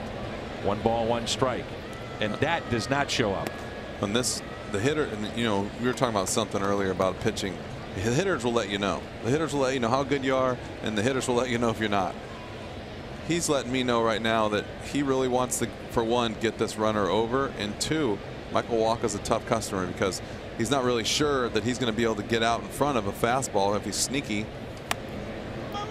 The bunt perfectly placed to third base side. And he knows he can easily bunt that ball to the third baseman because if he has to field it, he can't get anywhere. He can't throw to third. So another good job by John Jay. Budweiser and the Cardinals proud to bring back the $4 ticket sale. For limited time, fans can purchase tickets to see the Cardinals and Marlins on June 5th through the 7th. Padres 11th through the 13th for just $4. Budweiser $4 tickets at cardinals.com/4. Boy, I appreciate that. You just don't see that a lot in today's game. You know, and that's the thing. Johnny's a good player. And I was looking at his stats that first night talking about he was at 280. He's like a 287 hitter, career hitter. All of his stats are 295, 300. He had 1 bad year, I think, of like 275, which is a great year in the big leagues. And yet you see him, he's a winner. And you see him bunting the ball. And they're probably asking why. And he's probably saying, you know, I didn't feel comfortable and I really wanted to. You really want to get this runner over right here. A lot of times the managers say, hey, I don't really want you to bunt in that situation because you're a good hitter. I think you can hit a ball in the hole. And then as a hitter, you got to know your confidence level is probably, you know what, I'm making sure I get this done, and that's the way I can know I can do it. 80 pitches on the day, even 80 for Michael Wacha. Merrifield at the plate. He is 0 for 2. Infield is drawn in. And the 0-1 pitch. Well, that's a good example there. There's a fastball at 95. You're talking about as a left-handed batter trying to pull that John Jay. Why not just get it down and then Merrifield has a crack at it. Well, and the other thing that we don't talk about enough too is the pitcher knows what's going on. So he's not just going to give you a split to hit, a cutter to hit, a fastball middle in. He's going to try and throw the fastball hard up and out over the plate and make you hit the ball the other way. The 0-2 and a fly ball into center. This will tie the game up. Almonte tags up from third and he will score, and now it's 2-2. This summer the World Cup is coming to Fox in FS1. Every match live, over 300 hours of coverage. World's biggest sporting event begins June 14th on Fox and FS1. How many times do we say it? You make a mistake at this level and major league players make you pay. Here on O'Neill. Jay comes up, bunt down, sac fly, tie game. Tap foul by Moustakas. And if you're the left fielder right now, speaking from experience, you just definitely want to go hide in one of the dark areas out there and get under the ground. You never pull so hard for a pitcher after you make an error. You're just like, please get through this inning quickly. No runs scored.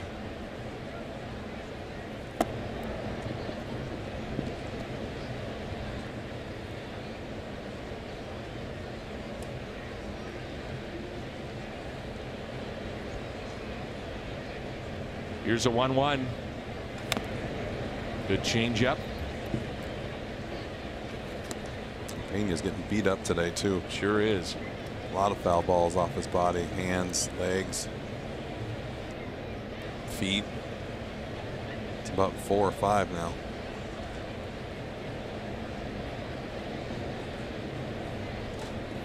Fouled back.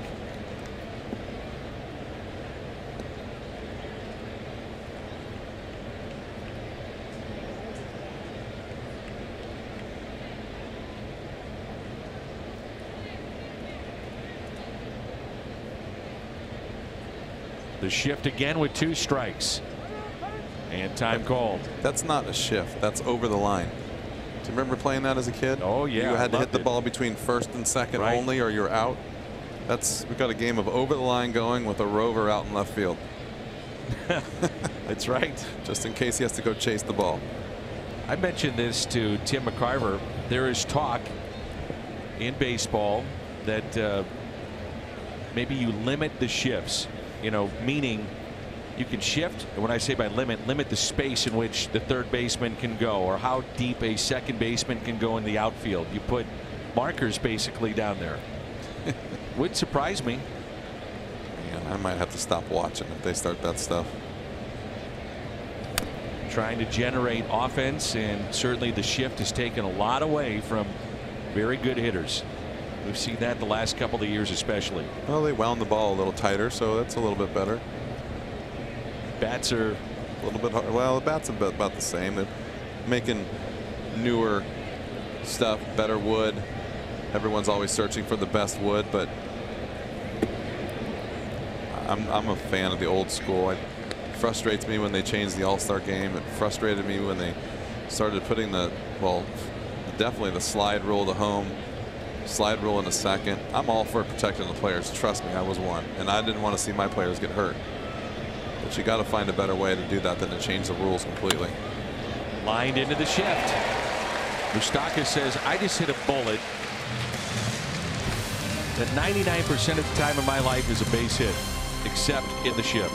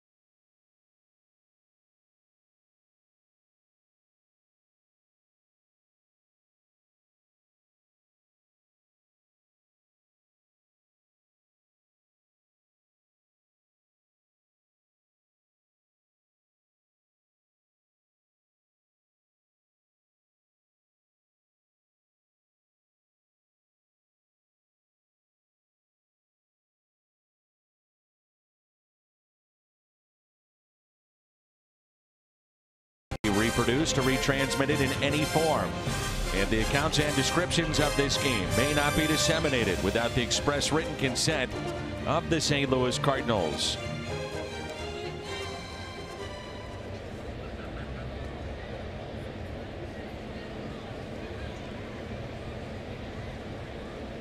I know the feeling.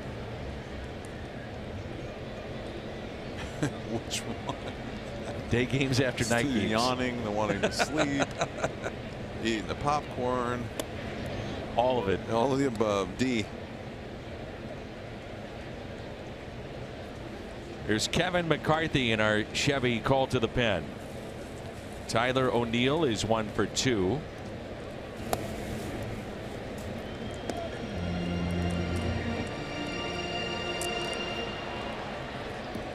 Oh, 2. Good changeup. O'Neill is 1 for 2. A strikeout and a base hit to left and a run scored. And the 0-2 got him again.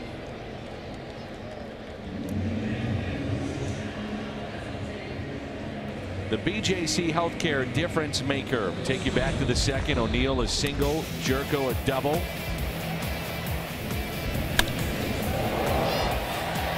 Infield in. Bader the ground ball led to a run.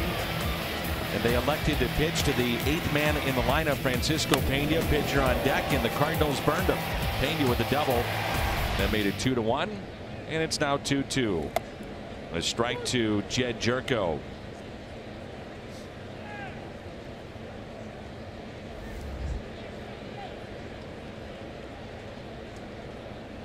One for 2 with that double. 0-2 the count.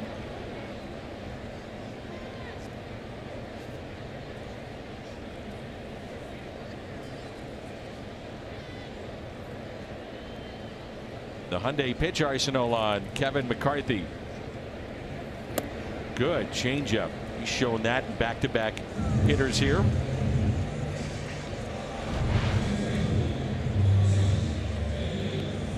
Two fastballs and one slider in the exact same spot.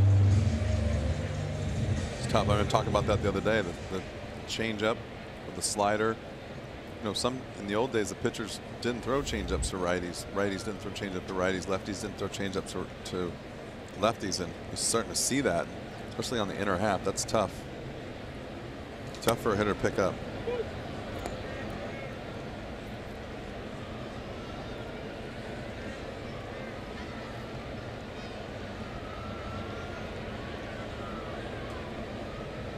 And the 0-1. Just missed to Harrison Bader. The RBI ground out in the second, grounded out to third.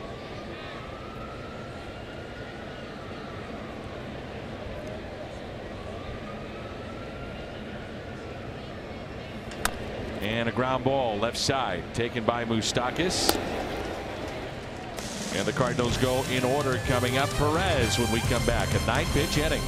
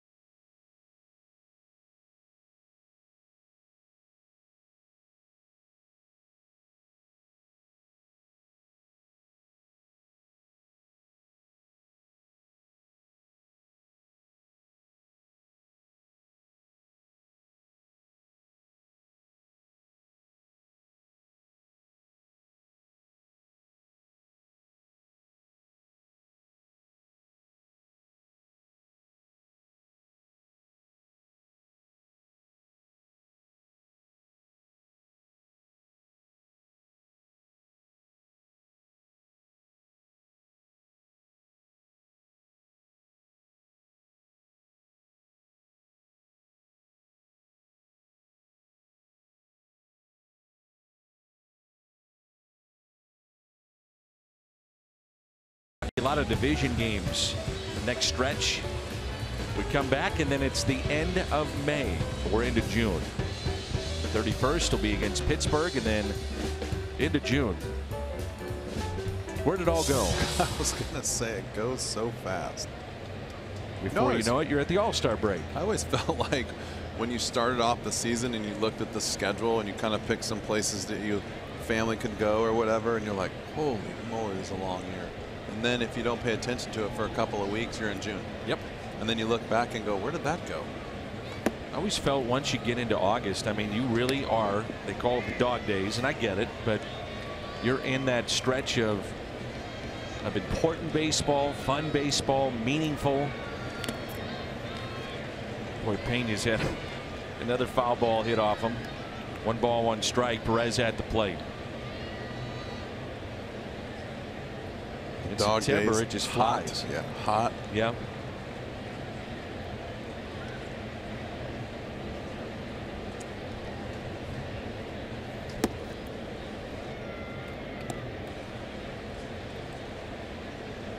Perez, a home run back in the second, also struck out. Michael Wacha has struck out 5. That's hit down the left field line, hooking foul. Ned Yost trying to keep his bat in the lineup, keep him fresh. So he's at first base for the first time since 13. For so many years, you could not do that with Eric Hosmer. Hosmer a fixture at first base. May see more of that this year out of Ned Yost. The 2-2. There's that cutter again and a strikeout from Michael Wacha. This has been a very effective pitch for Michael today. You know, that fastball has been dominant with the velocity, and then you cheat a little bit, and then there's the cutter. Looks like a fastball with a little bit of a football spin. That one breaking more than a cutter. That's almost a slider without the downward break, but you're only seeing basically a football spin, and by the time you see it, it's too late. Try to tell all the young kids that I work with is you want to be ready to hit the fastball, but not so ready you can't see the off-speed pitches. So it's basically telling you got to be under control.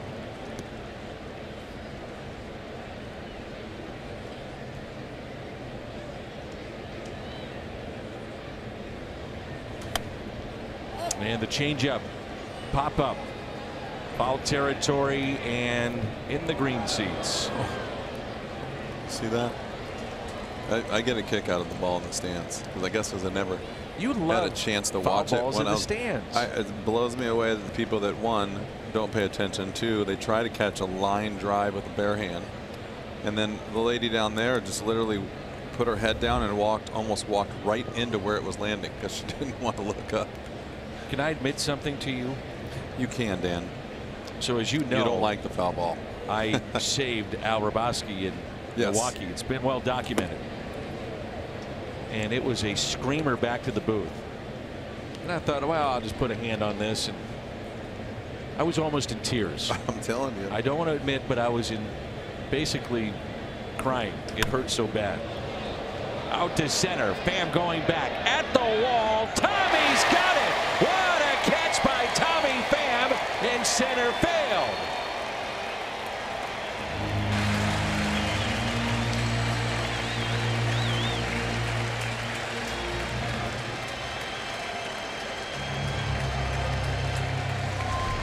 Talk about a jump.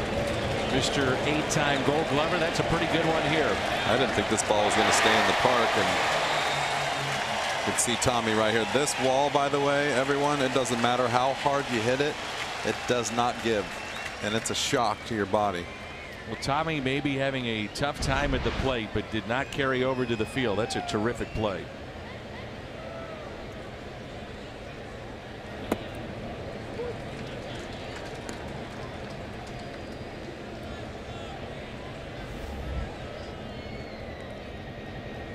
Alex Gordon at the plate, and the 0-1 is a base hit into center.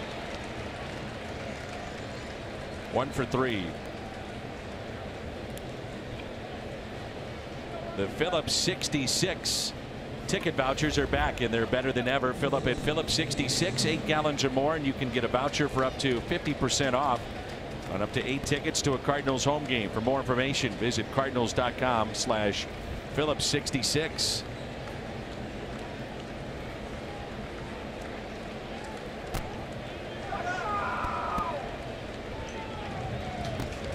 Sam Tuivalala, very good last time out, will come in. Nice round of applause for Michael Wacha.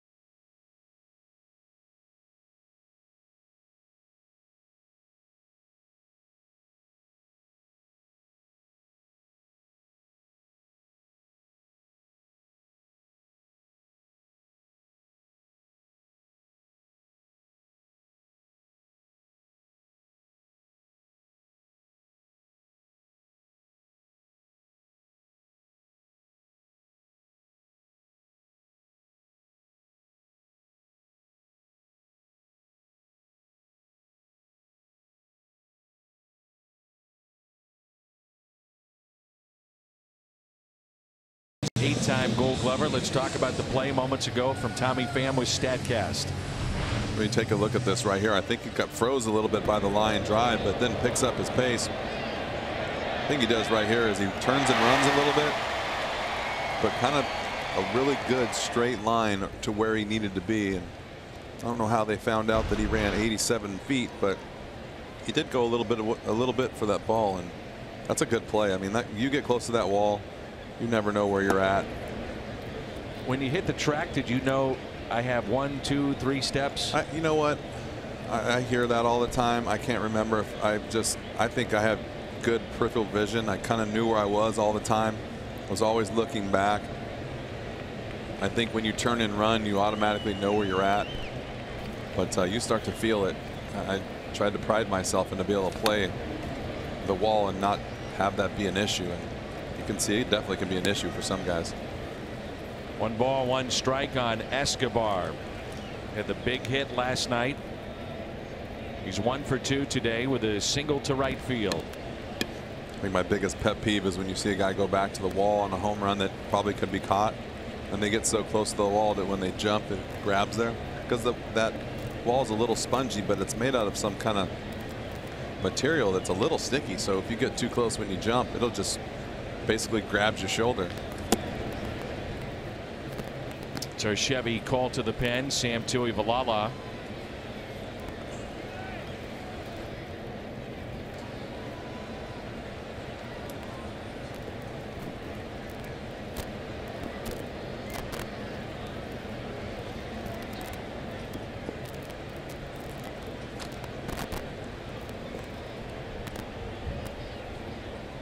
Was short lead at first by Gordon, back in safely.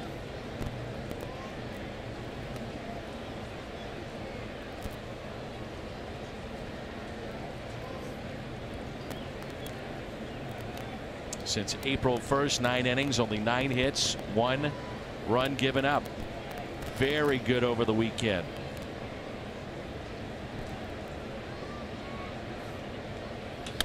Ground ball that's hit to short. Let's stretch. Force play at second. Munoz, Pena, pinch hitter coming up. Terrific play by Tommy Pham on an afternoon when we highlight Tommy. Outstanding in center. 2-2 our score.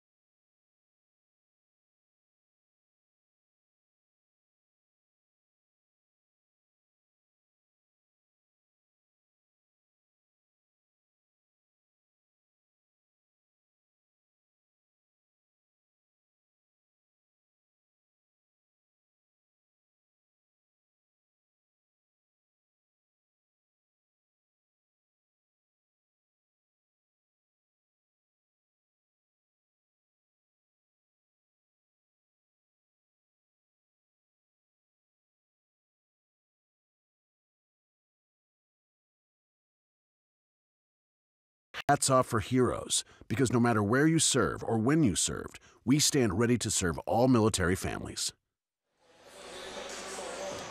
This is our Gateway Honda home run inning. Keeping score here at the ballpark, 2-2. Cardinals hit a home run. The Gateway Honda dealers donate $1,000 to the Make-A-Wish Foundation. So Munoz, Pena, Michael Wacha, his line 6 2/3, 4 hits, 2 runs, 1 earned, no walks, 6 strikeouts, season high 102 pitches. Anytime the Cardinals get around 100 pitches with Wacha, they're very cautious because of the shoulder issues. So he pitched very well. And that right there, what you're watching, is really big, I think, to improve the younger players. And that's the thing we're talking about with Rick.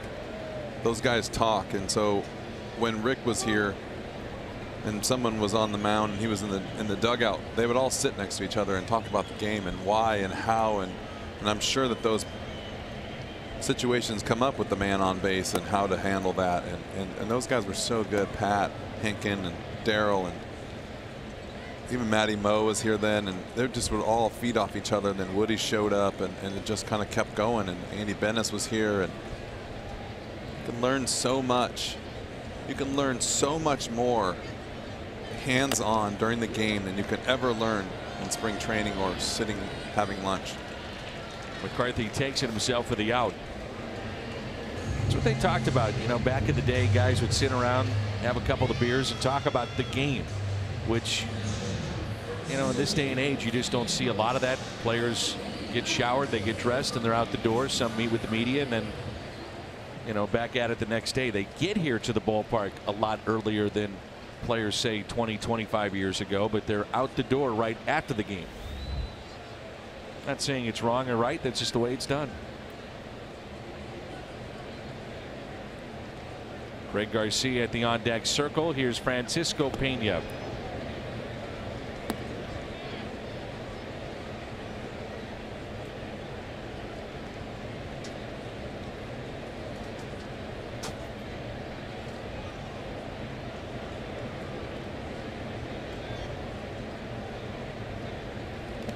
Two balls, no strikes. Jordan Hicks throwing in the Cardinals pen.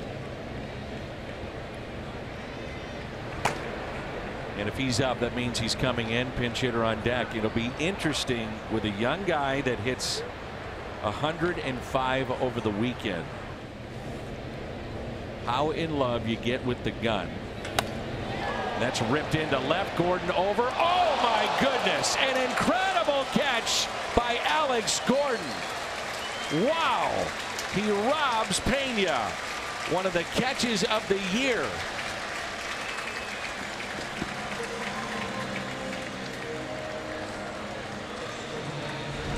Tell you what makes this catch so special is it's hit on the line and it's running away from him. Normally you see guys dive for balls that are coming down. This ball's still going. That's one heck of a play. Wow. To think that he was a third baseman all the way until Major League Baseball. Think that ball is going to short hop the wall.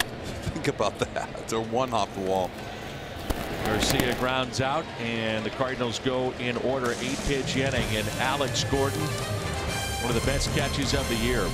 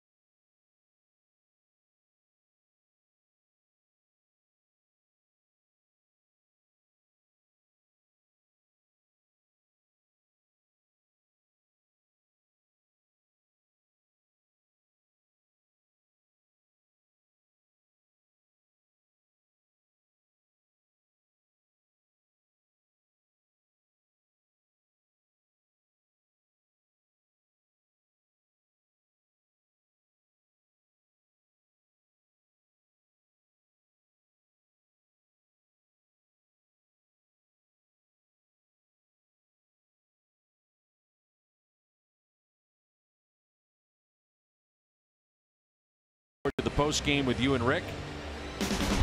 Jordan Hicks on Sunday. He said he was a little hot because of Odubel Herrera taking so much time between pitches, and he hit 105. How about that 104 right there with about a foot sink? Incredible. The 5 fastest pitches this year to Herrera. I really I'll throw it in one at bat. You know, I really mean it. I mean, you got a situation where a young kid can hit 105. Anybody would. You'd fall in love with doing that. I think that, you know, sometimes when you see those post-game interviews, and I saw his post-game interview, and he seemed to like not be fazed by it, and he also seemed to say like, I threw 102 yesterday, and I felt just as good, and I was going to try and just give it a little bit more. And so I think when he hit 103, he thought, oh, I'll just get a little bit more. And you know what? I'm all for it as long as he has command. You know, if he's not out there flying all over the place and throwing balls to the backstop. I mean, because what we're watching is a polished young man. Look at that. 100 and then back-to-back sliders. Well, tell you what, you can use that 105 as a weapon even if he doesn't have it. Yeah. Because everyone fears it now. I mean, you know what the hitters meeting says? Jordan Hicks, and everyone goes 105, and then that's it. I mean, there's what else do you talk about? And then the guy's got to calm everyone down and say, hey, don't forget about the slider, and he's got a good sinker too. But in your mind, you've 105. You go to the plate. Here's Hunter Dozier. 100 on the gun. When Rick Ankiel got up and left the booth, we were talking about Jordan Hicks, and he said, you know, the amazing thing, and we've talked about it a lot, not a lot of strikeouts for a guy that's throwing triple digits, and it tells you that major league players are ready for it. Now Pena is down. This is the second time that Hicks has been on the mound when this has happened. Well, this is going to happen more. Yeah. Because he throws so hard. Yep. And he's got foul pitches off. And this hit him square in the knee, I think. And I mean, they got padding on, but I'll tell you what, it doesn't. It's there to protect you, but it's not there to stop it. Let's listen in the foul ball.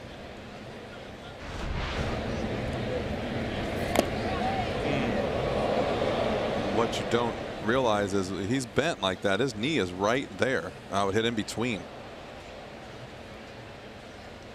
So even if that hits you square in the perfect spot on the pad, you're still, it's like a hammer hitting you with a piece of cardboard in front of you. You're still going to feel the blow, right? Or a piece of plywood in front of you. You're still going to feel the pressure. It's Stephen Barron, who's the backup catcher. He was in the bullpen, so he's running in. Mentioned before, the emergency catcher for the Cardinals is Greg Garcia, but they've used him as a pinch hitter. Let's hope that Pena can stay in the game.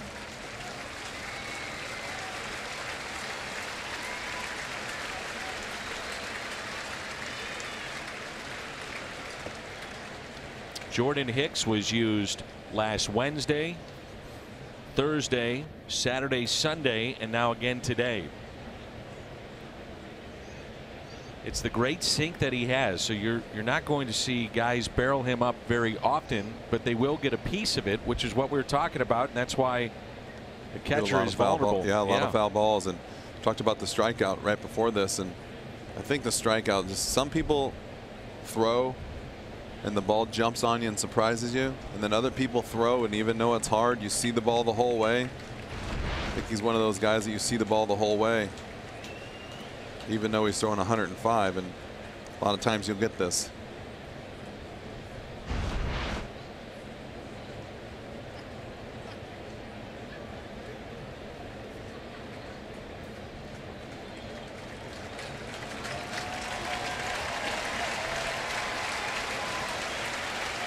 Tell you what, you see that right there? The hitter feels bad. I mean, you foul a ball into a guy and he takes the brunt of that. You know, as a hitter, you're just like, phew, man, I'm sorry.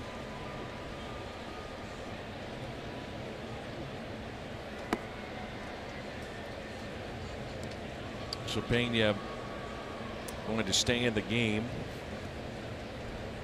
June 1st, throw on your blue suede shoes. Elvis night here at the ballpark. Purchase of a special theme ticket.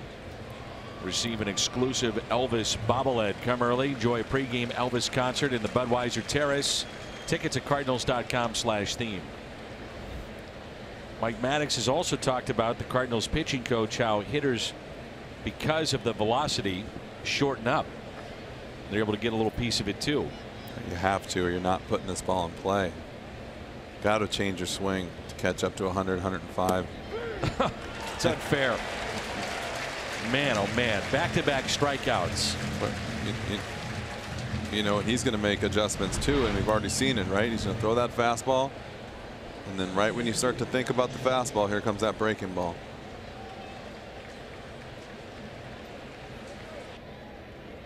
And now John Jay with 2 outs. He sacrificed back in the 6th, which advanced Almonte, who was a pinch hitter. And Jay puts it in play to short. Munoz up with it. 7-pitch inning for Jordan Hicks. The top of the lineup coming up.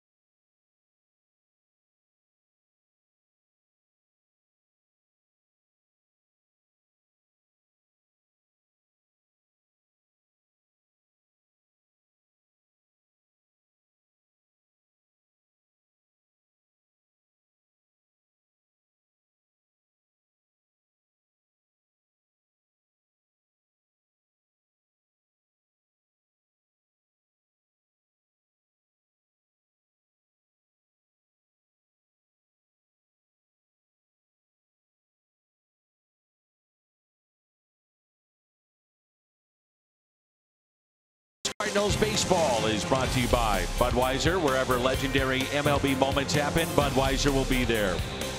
By Seidman Cancer Center, national leaders in cancer. And by Ford, going further so you can. It's the I-70 Series, game number 3, tied 2-2 here in the home half of the 8th. Along with Jim Edmonds, I'm Dan McLaughlin. And Brad Keller is into the ball game. A Chevy called to the pen. Tommy Pham hitless today. And the first pitch taken for a ball. Keller, third pitcher used. For Jordan Hicks, only the second appearance in which he's recorded 2 strikeouts in an inning. As Pham hits it down the right field line and out of play. That's what I mean. If you watch this is the first time seeing him, you'd say that's crazy. That doesn't make sense. But that's the case.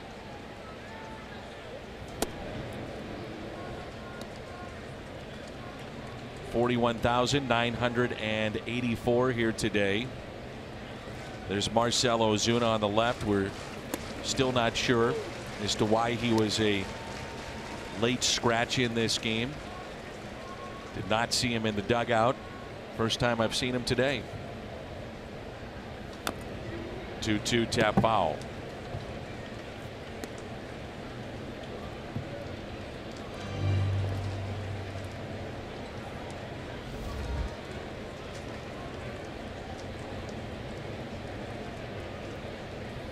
And Pham a swing and a miss.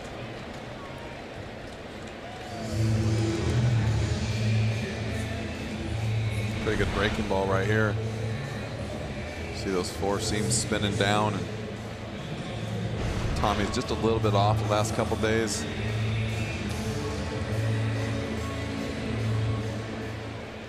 Cardinals have struck out 10 times today. But Norris getting loose in the Cardinals pen. At home, ahead, tied in the ninth. Your closer more times than not will come in the game. First pitch is strike. Carpenter has walked and struck out twice.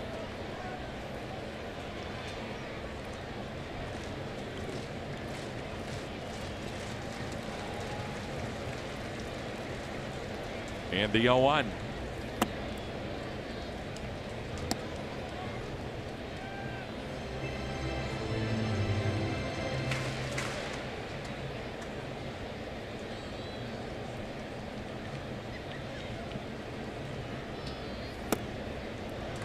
One and two. Keller's got a little Cal Eldred in him. Long arm, a lot of body, a lot of effort.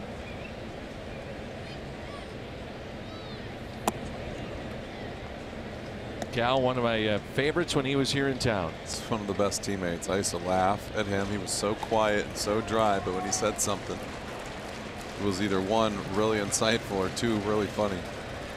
The 2-2 pitch. Strikeout of Carpenter.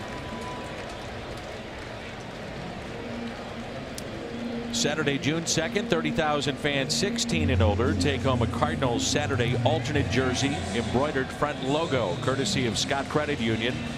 Also before the game, it is photo day. Don't miss. Great Saturday here at the ballpark. Ritz kick off the summer weekend. Cardinals.com/promotions. Jose Martinez 1 for 3 with a pair of strikeouts.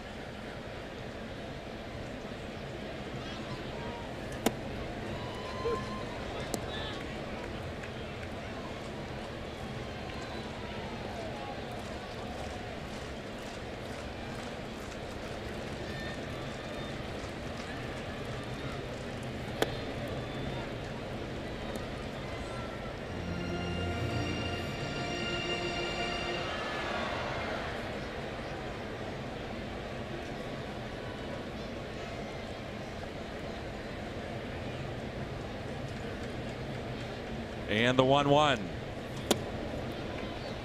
2 balls and 1 strike.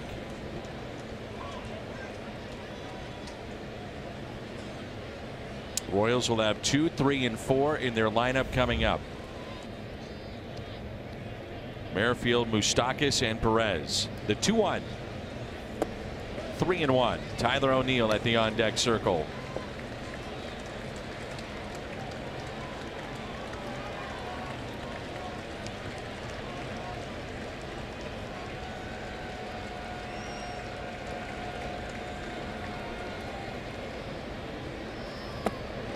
And a ball low and outside, and the go-ahead run is aboard.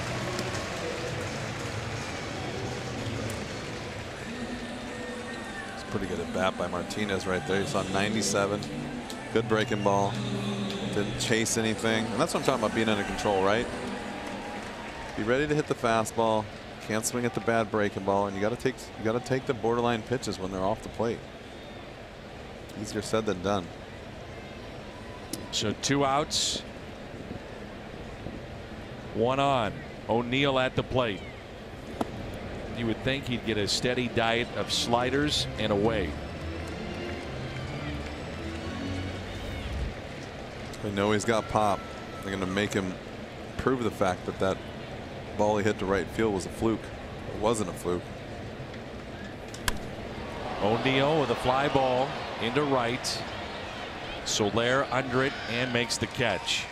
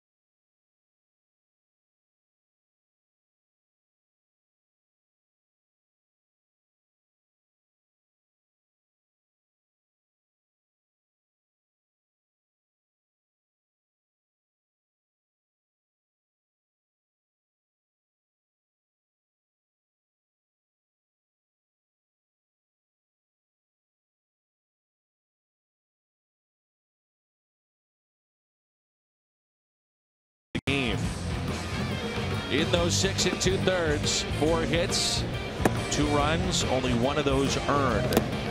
No walks, 6 strikeouts. 102 pitches, 70 for strikes. Look at your game summary. Junis, the starter for Kansas City. Salvador Perez, another home run, his second in the series. Bader had the RBI ground out. Pena still in there and limping behind the plate.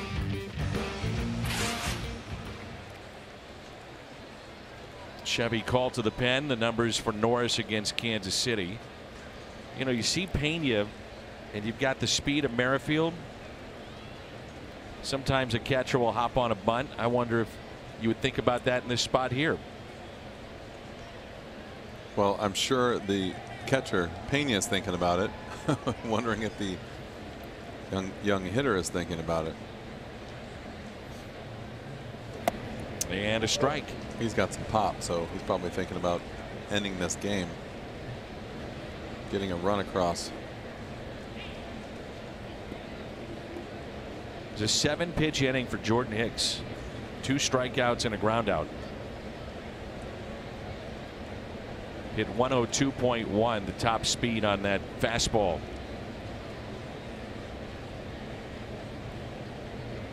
Merrifield is 0 for 3. And the 0-1 pitch by Norris. 0-2. Season numbers for Bud Norris. Wonder if Mike Matheny was tempted at one more inning for Jordan Hicks, but they're so careful with him, and you can understand why. Yeah, I think like you said, if you're tied in the 9th, you're going to your closer. You got exactly what he wanted out of Hicks, so just keep rolling with your plan. 1-2. Problem is now you've lost 2 of your better relievers if the game keeps going. It's got to be the hardest part for the manager is to really you got to play 9 innings, but what do you do if you try and play for the extra inning? Because you can't not pitch a guy hoping that or thinking that you're going to play 10 or 11. Slowly hit. Munoz has to hurry, and he does. The out at first.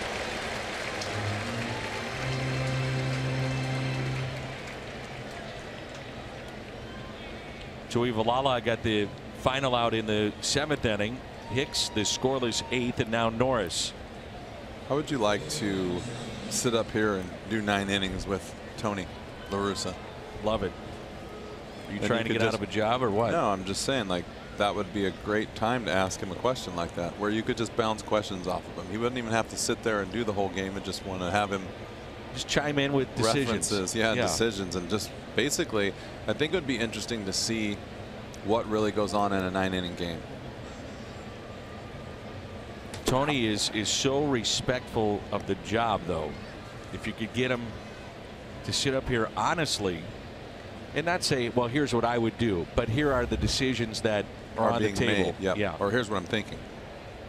I would just like to hear how far in advance when he starts looking at the lineups. Yeah. And the bullpen. Score of the game dictates how he's going to pull people out of the game, not put people, put people in different positions, defensive replacements. Tony did that for me as a young man. He allowed me to go in his office when the clubhouses were closed, and he would tell the security people, let him in, let Dan in, and he can sit in here, and I'd make out my lineup card, and we'd talk about the game the night before and then what's happening that night, why he was playing certain players, why he made certain moves. You talk about being spoiled, having a front row seat at some of the decisions of Tony La Russa. It's baseball 101 in a hurry, right? You bet. Learn that. He was great to me. That's how I learned the game. He still is.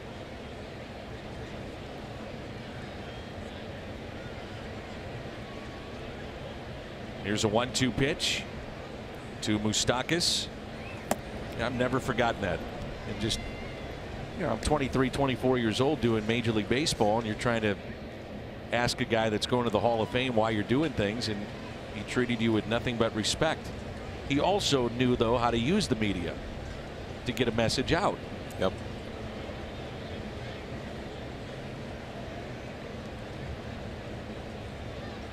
Here's a 2-2 pitch. And a strikeout of Moustakas. Would you go to Tony during games and say, let's say it's a 7th or 8th inning and he's made kind of a curious move from, let's say, a media or player perspective? Would you ask him, hey, why are you doing this? I would ask him in a lot of situations, because if I didn't understand it, I would never second guess ask. I would never say, well, why didn't you bring the closer in here? Or why didn't you? Or because I mean, when you're down there every day, you kind of know the answers to a lot of the questions just because you hear. But I would always ask, hey, when were you thinking about using this pinch hitter? When were you thinking, why was so-and-so up in the 6th inning? And then you sat him down. And then he would go into this whole thing about, well, he was up because he can, a lot of times it was like, well, he can get ready faster. And I knew I didn't need him in the 8th or 9th because the lineup would turn over and these guys would be up and wouldn't use him and blah, blah, blah. And I'm like sitting there going, wait, seriously? You go through all that?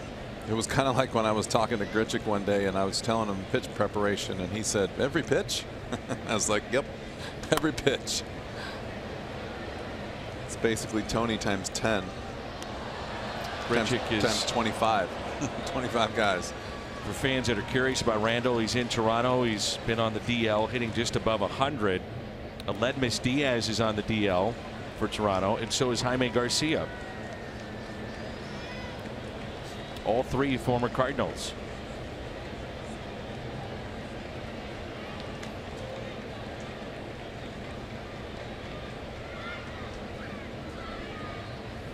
Norris in non-save situations. 11.2 innings. 11 2/3. And look at the average, 175. A lot of times a closer comes in non-save situation. You see it all the time, and there's that slight letdown. You're right.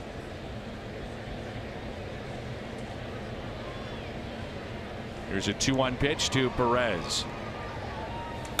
Fouled back. Cardinals will have Jerko, Bader, and Munoz coming up.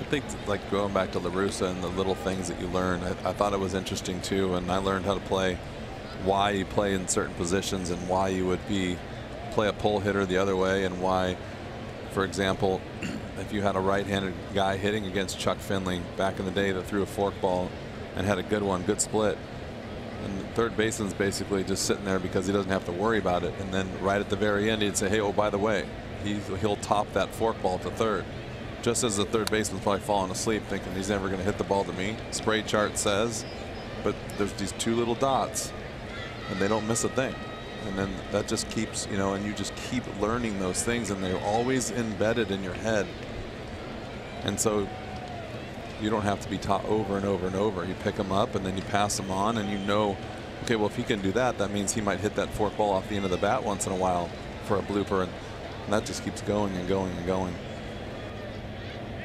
2-2 the count. Outfield deep straight away. Swing and a miss. He struck him out. Perez almost fell over. A chance to win it. Jerko, Bader, Munoz coming up. The bottom of the 9th in a 2-2 game.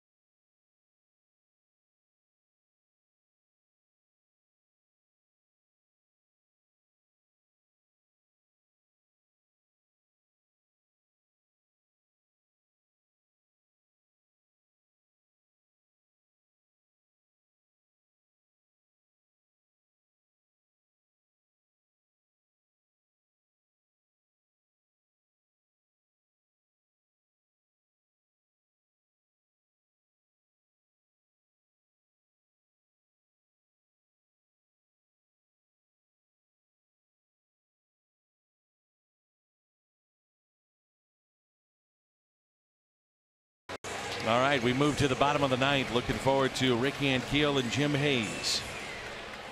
Blaine Boyer in our Chevy called to the pen. The high ERA in 17 2/3 through a scoreless inning on Monday night.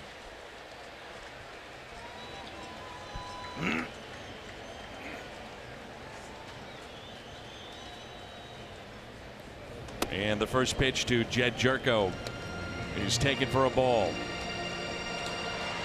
One career walk-off hit.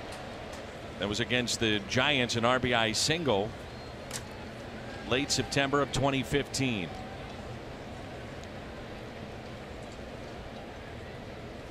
Jerko puts it in play, slowly hit up the middle. Escobar spins, throws. Wow, what a play. Your former teammate can absolutely pick it. And I was going to say earlier that I told you I liked him, right? I told you that I think he's as good as anyone out there on defense, and he's a pretty good hitter. I don't think he's ever reached his potential, but I would take him as my shortstop if I was managing a team. He wouldn't be my first pick, but if he was out there, I would definitely know that I could rely on him. That's how good he is. And now Harrison Bader. Bader to Moustakas, who robs him. Wow.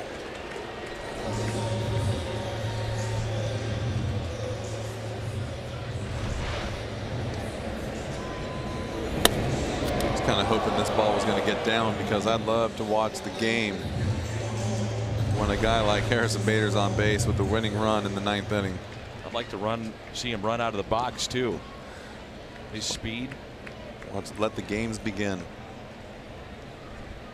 Now Jairo Munoz, 4 hits last night, 0 for 3 today.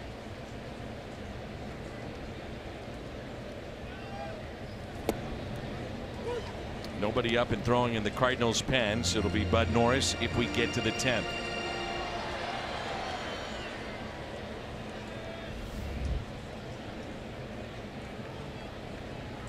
Munoz showed some pop in spring training. 0-2.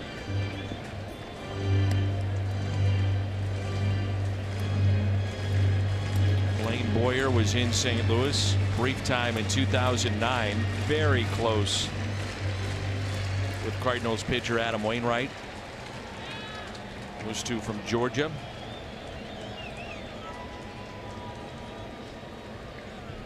And the 0-2. Heard you say it a million times, where Tony La Russa would talk about inside that dugout, these types of situations. Don't worry about ending it with one swing. String together good at bats.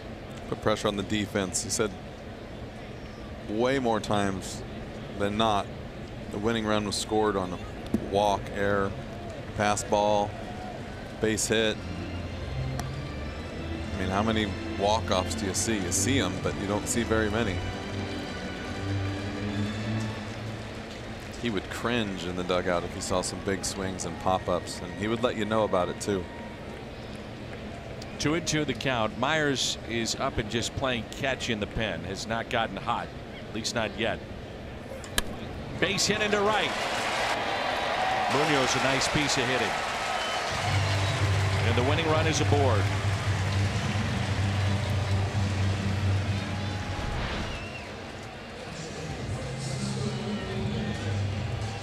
Once again, don't really understand why the second baseman is playing so far up the middle, but I think that's 3 hits now he's hitting the ball to the right on the ground.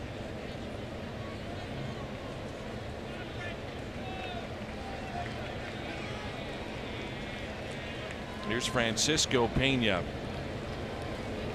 He could just limp around the bases. So he shoots that foul. Some kind of thing if he could serve that into the right field corner.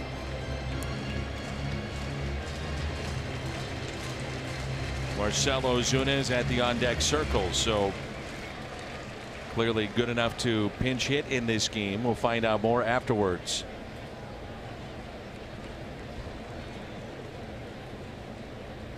late scratch in the lineup. And the 0-1.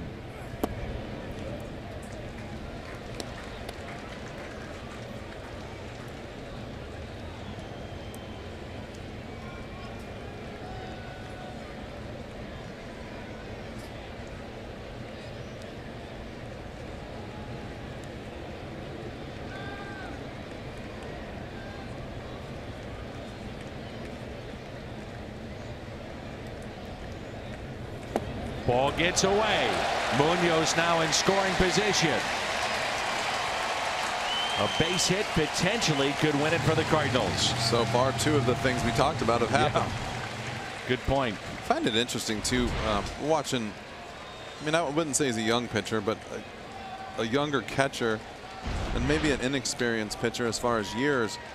Well, I was taught that you don't want to throw the ball with the game on the line on the inner half of the plate. That'll allow somebody that isn't your best player to just yank one into the seats on accident.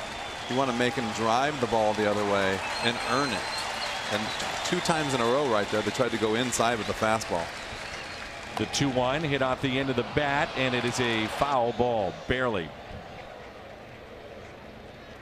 Defensively, let's talk a little bit about how the Royals want to do this.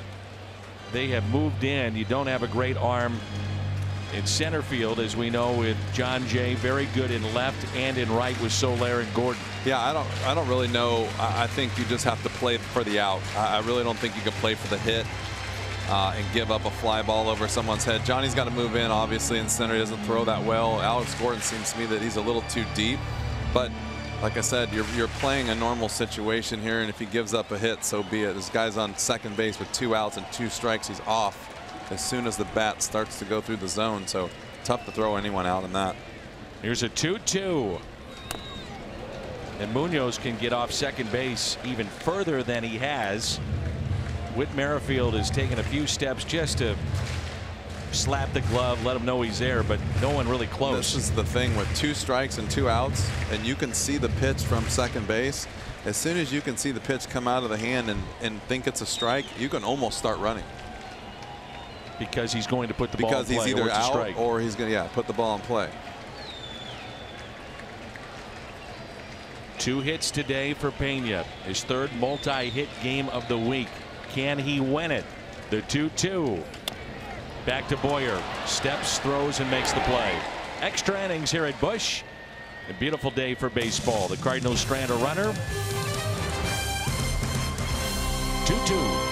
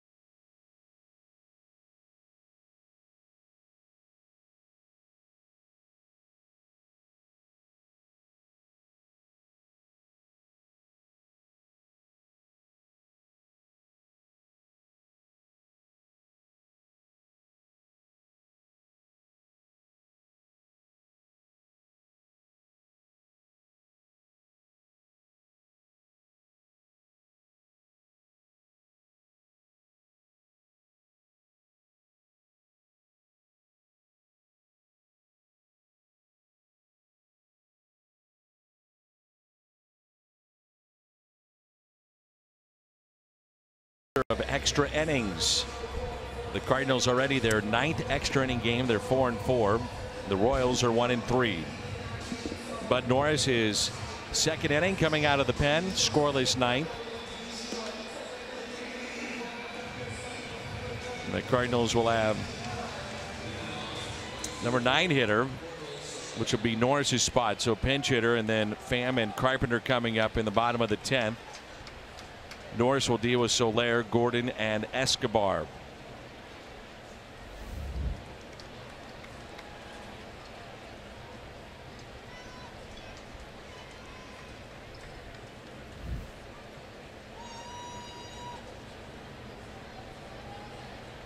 Jorge Soler.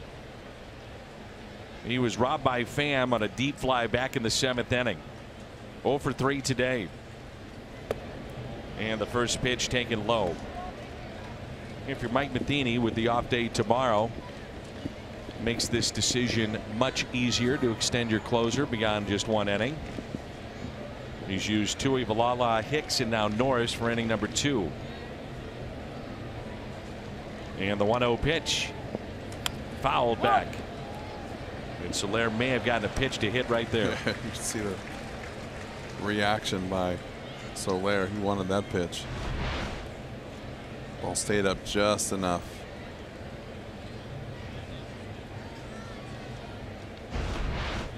It's funny when you watch the hitters' reactions, and a lot of them think they just miss it, myself included, and you go look at the replay and you're just so far behind it. You barely got a piece of it, but it felt good. That reaction, though, does not make the opposition comfortable. And in particular, the pitcher uncomfortable and upset, too. Guys don't like to be shown up. Well, a lot of times the reaction, more or less, would probably be the fact that you saw it really well. You might have been a little late. You might not have hit it if you just moved it up the bat a little bit, but you saw it, and that's half the battle. Here's a 1-2 pitch to Soler. And a base hit into left center. You know, not really hustling out of the box to where he might have tried to extend that to a double.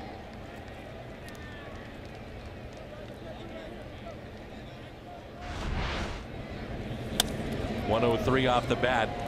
See him right there. I mean, he could have forced the defense late innings and had an errant throw maybe from Tommy Pham or Tyler O'Neill.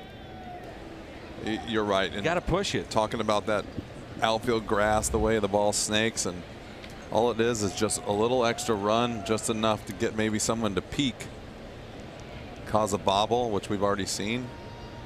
Ball snakes sometimes will completely get by the outfielder. And a strike on Gordon. Well, not to mention, look how deep all the outfielders are playing now. That's my point. Yeah. It's really not a stretch to take an extra base. And that's as deep as you're going to get right there.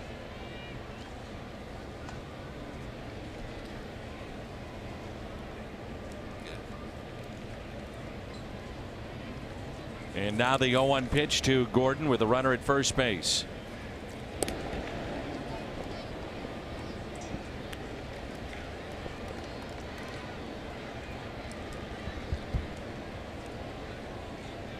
Another guy you want to be careful with, right? We're talking about letting somebody with some pop just get the barrel on the ball on the pull side.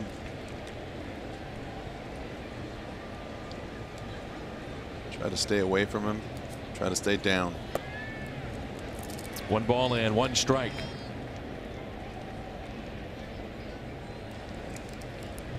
Two to our score. Cardinals had a 2-1 lead after the 2nd inning. Error on Tyler O'Neill in the 6th.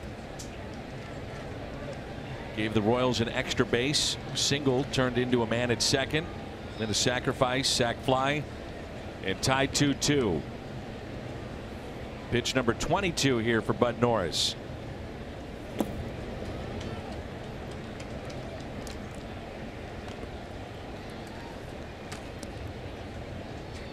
His season high, if you're wondering, 29 pitches. He's done that twice. Little surprised not to see someone up and throwing just in case. You did have Myers just playing catch. Well, the good news is you said there's a day off, and you also have a day game. So now you're buying an extra 6, 7, 8 hours. Pretty much have a day and a half, plus another day of a night game. And it's 3-1.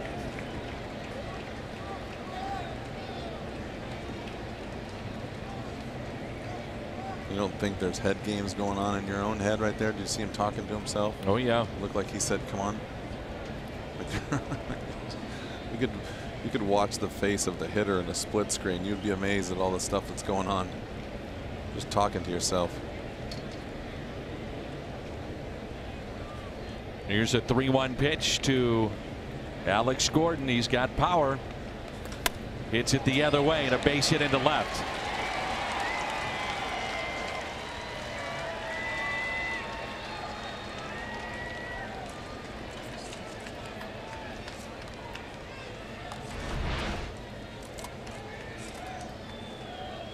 Good piece of hitting there.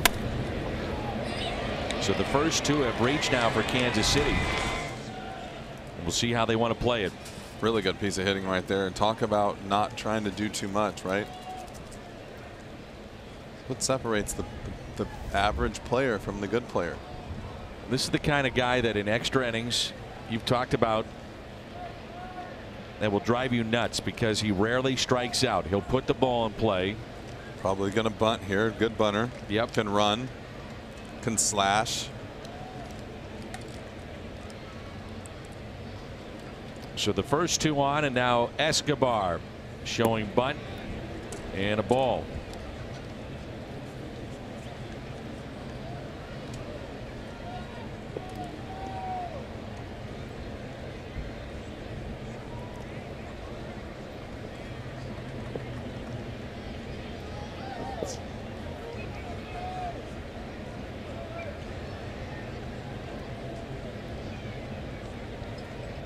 With that, a lefty, Brett Cecil starts to throw in the Cardinals' pen.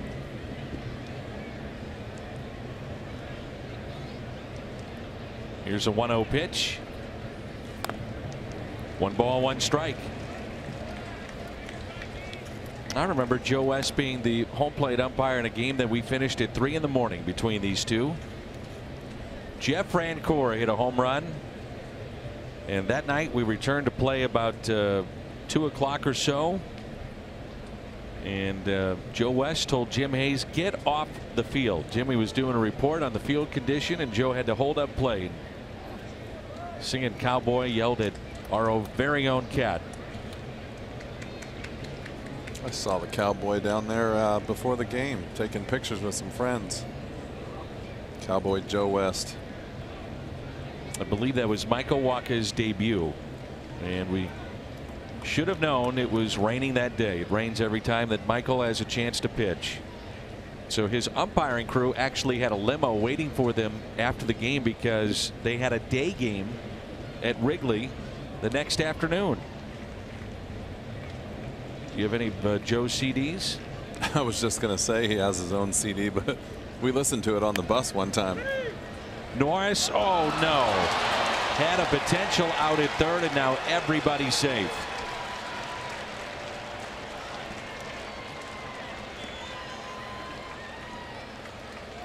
You could hear someone yelling 3 to go to third, and Bud may have had a play. I thought he had a play here.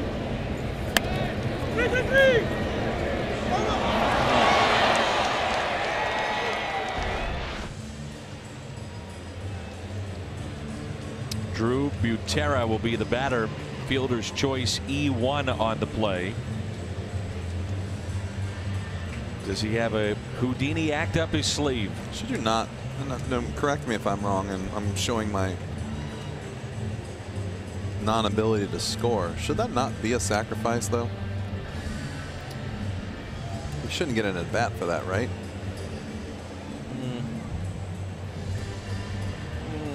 You're giving yourself up. Yeah. The official score on that would be a fielder's choice. That's interesting.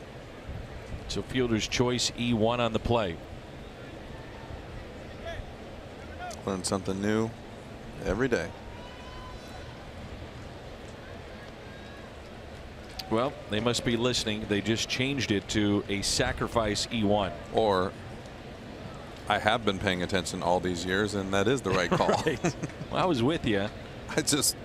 I mean, you said it, and I know we have sometimes the official score and the PA and stuff going on, but it just doesn't make any sense because he's given himself up.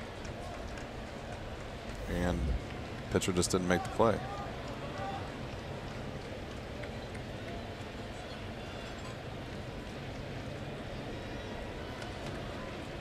So the infield in with the bases loaded. Nobody out here in the top of the 10th in a 2-2 game.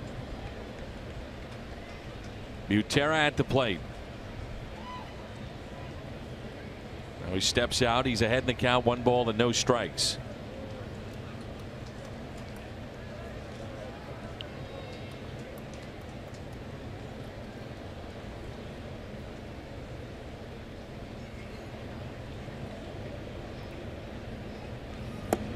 Two and 0.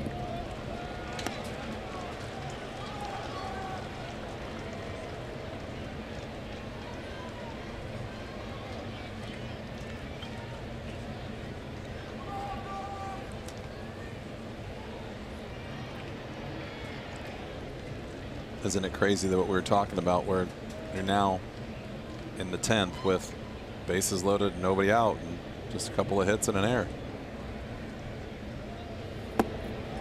Oh boy, 3-0. Taking 1, maybe 2.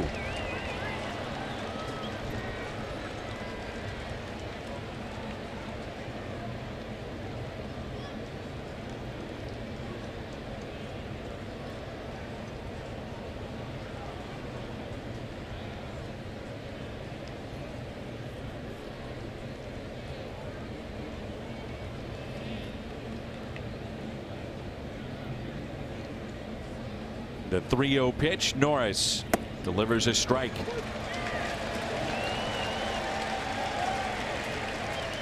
I would almost, if I knew the player better, turn him loose right there. That is the only time you are going to get an average Bud Norris fastball. Norris has only walked 4 on the year. Might be running on fumes here with 31 pitches today. And the 3-1 pitch to Butera. Lined and just past Carpenter and into center. 2 runs will score for the Kansas City Royals. And I mean just past his glove. It's now 4-2 KC.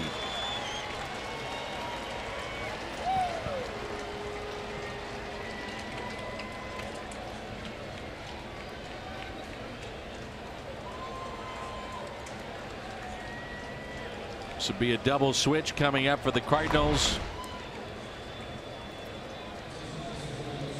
A good job of hitting right there. You can see not trying to do too much. Ball in the barrel. Got a good result. So 2 come around to score. Brett Cecil will come into the ball game. Butera has put the Royals on top 4-2.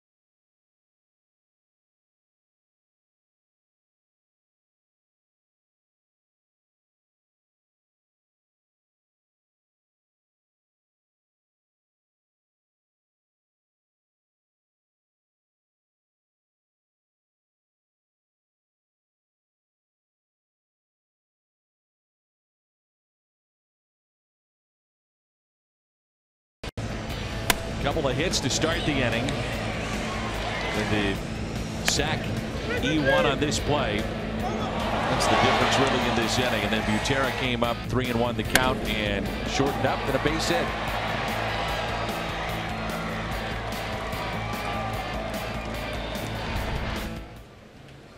Our Chevy call to the pen takes us to Brett Cecil.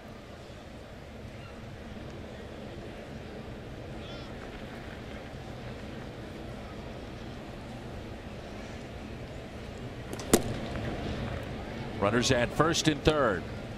Ryan Goins at the plate.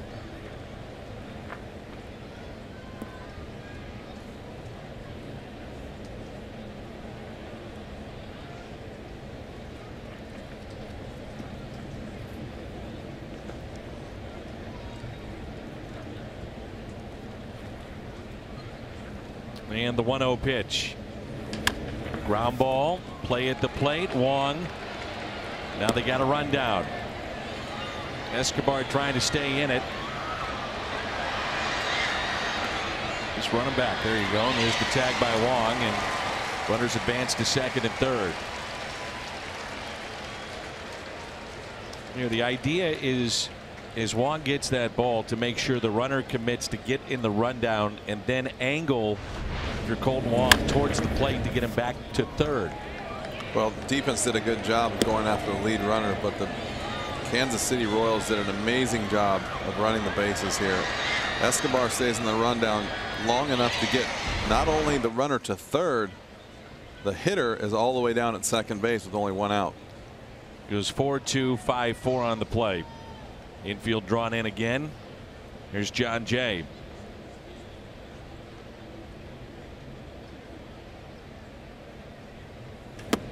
And the first pitch is strike.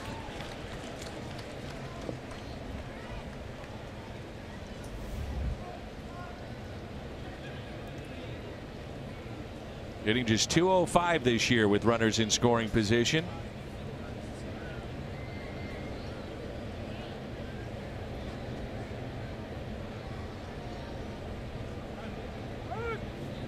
Time called.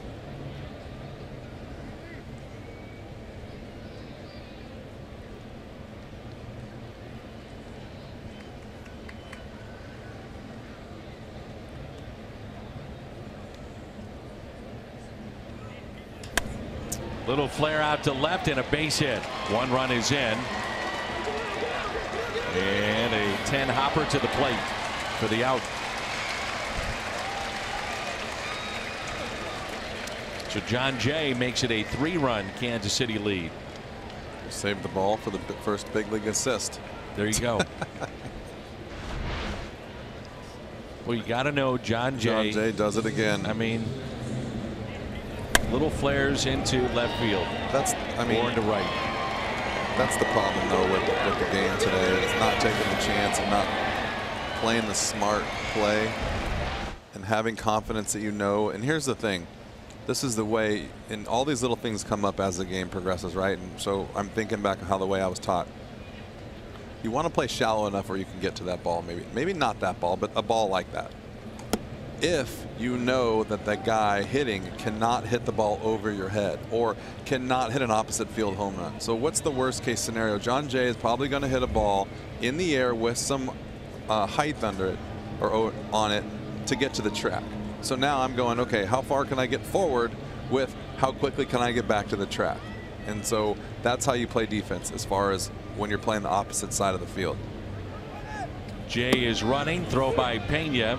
Not in time. Very good jump by John Jay and the stolen base. So that gives you where on the field you want to play, right? You want to see him catch that ball, but you also got to remember that you're also playing for what ifs. And so I feel like John Jay doesn't really hit a ball that hard to left. And so you got to cheat in a little bit with just being able to get back to the track. Intentional walk to get to Moustakas. That was John Jay's 300th career ribby.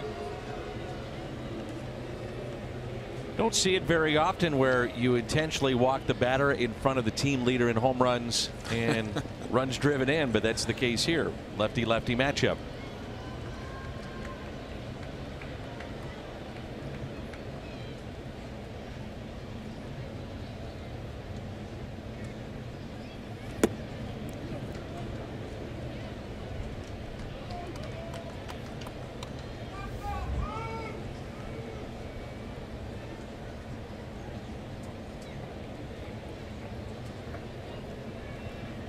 So 2 outs and 2 on.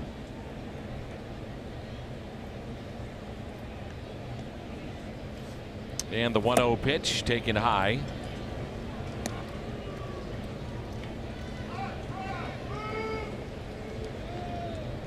Three for 9 against Cecil. It's John Jay's 29th career stolen base here at this ballpark. Second most in the history of the park behind Yadier Molina. And first on that list, Albert Pujols. 3-0. Albert with 35 steals here at this ballpark.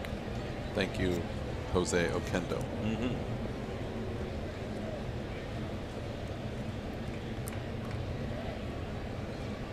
Moustakas hitting .250 against lefties this year. One of his 10 home runs hit off a left-handed pitcher. 3-1.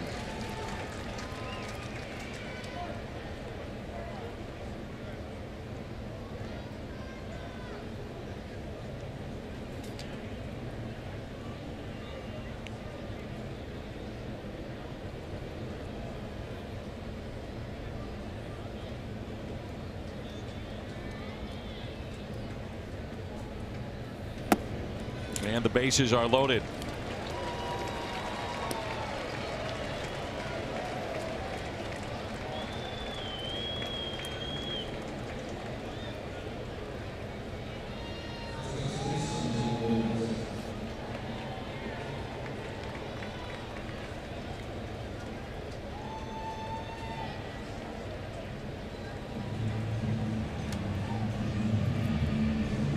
And with the bases loaded, nobody's been throwing in the pen. Mike Myers is now up for the second time, and remember, he had been throwing earlier, so he's set to go. He'll come in with the bases loaded and 2 outs.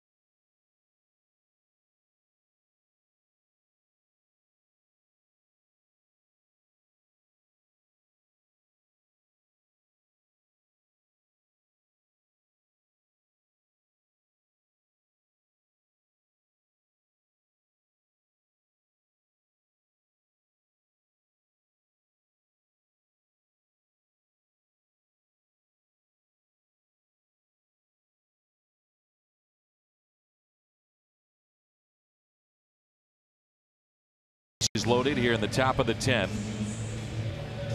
and the Cardinals trailing 5-2.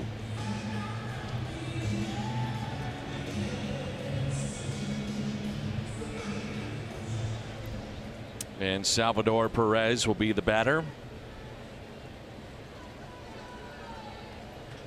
The Cardinals had the winning run at second base with 2 outs in the bottom of the 9th. Couldn't bring him in.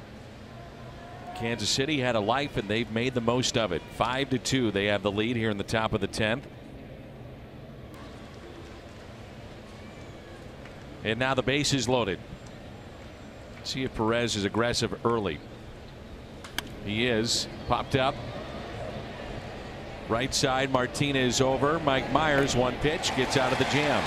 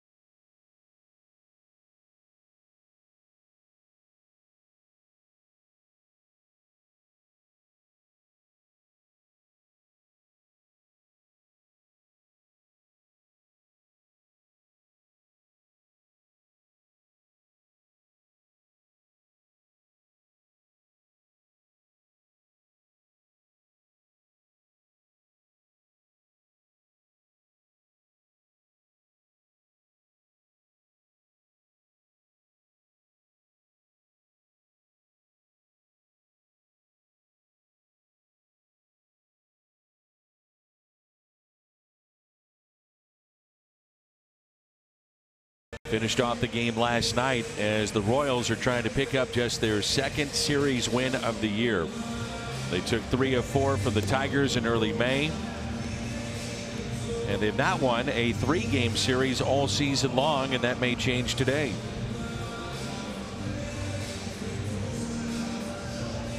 Michael Wacha put the Cardinals in a position to win, but again the offense was quiet, missed opportunities. The starting pitching has been remarkable. They're on a good run right now and keeping the club in games. I mean, look at this game, a pretty quiet game all the way until the 10th inning. Yeah. And just 2 runs, and good job, like you said, by Michael Wacha. And I mean, you got to score, obviously, and just the big hit is the one we've been missing the last couple days.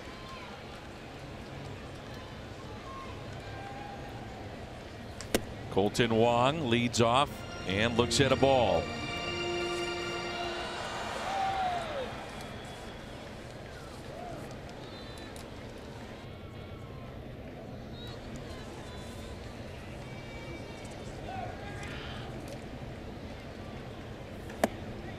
And it's 2 balls and no strikes.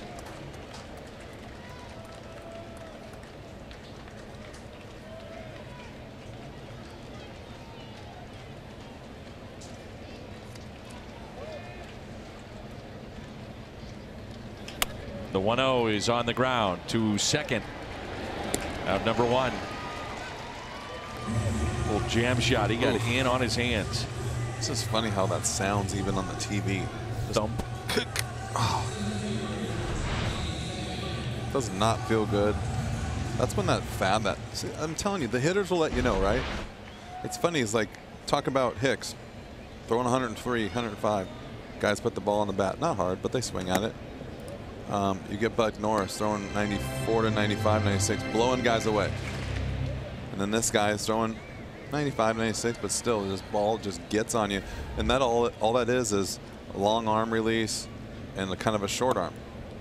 Don't see the ball as long, and then you see the ball a little bit more out of Hicks. So, you know, Hicks is going to be amazing because he's got that breaking ball, and that's what I was going to say. You're going to start to see him set guys up now that he's figured out. I'm just not going to be able to throw 105 and get strikeouts all day long like the minor leagues. I thought your point very valid too. Everybody knows. Yep. So they gear up for 105. And he can throw that breaking ball for a strike, so he can use that behind in the count and ahead in the count. Tell you what, this guy here, he's got some pretty nasty stuff. I like watching him pitch. Good slider.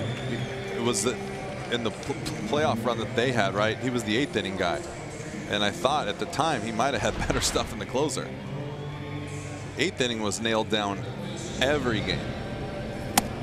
That's what I'm talking about. See that ball that's kind of by you, and it's a little sneakier 97 than some of the other guys. It's like heavy, quick. You don't see as much of his arm. It must be deceptive too. And that's where the hit right there. So the ball goes behind him a little bit. And so like I said, everyone can hit 97 as far as fastball if you get enough of them. But when you start to see guys square up 97 versus not getting close to 97, that is when the pitcher hides the ball a little bit and he's got a little bit quicker release or a little short arm, and you don't see the ball as well out of his hand. Matt Carpenter today has seen 23 pitches. He has swung at only 4.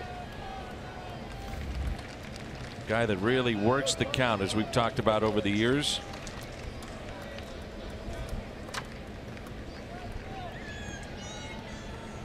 And the 1-1 pitch. And the Cardinals down to their final strike.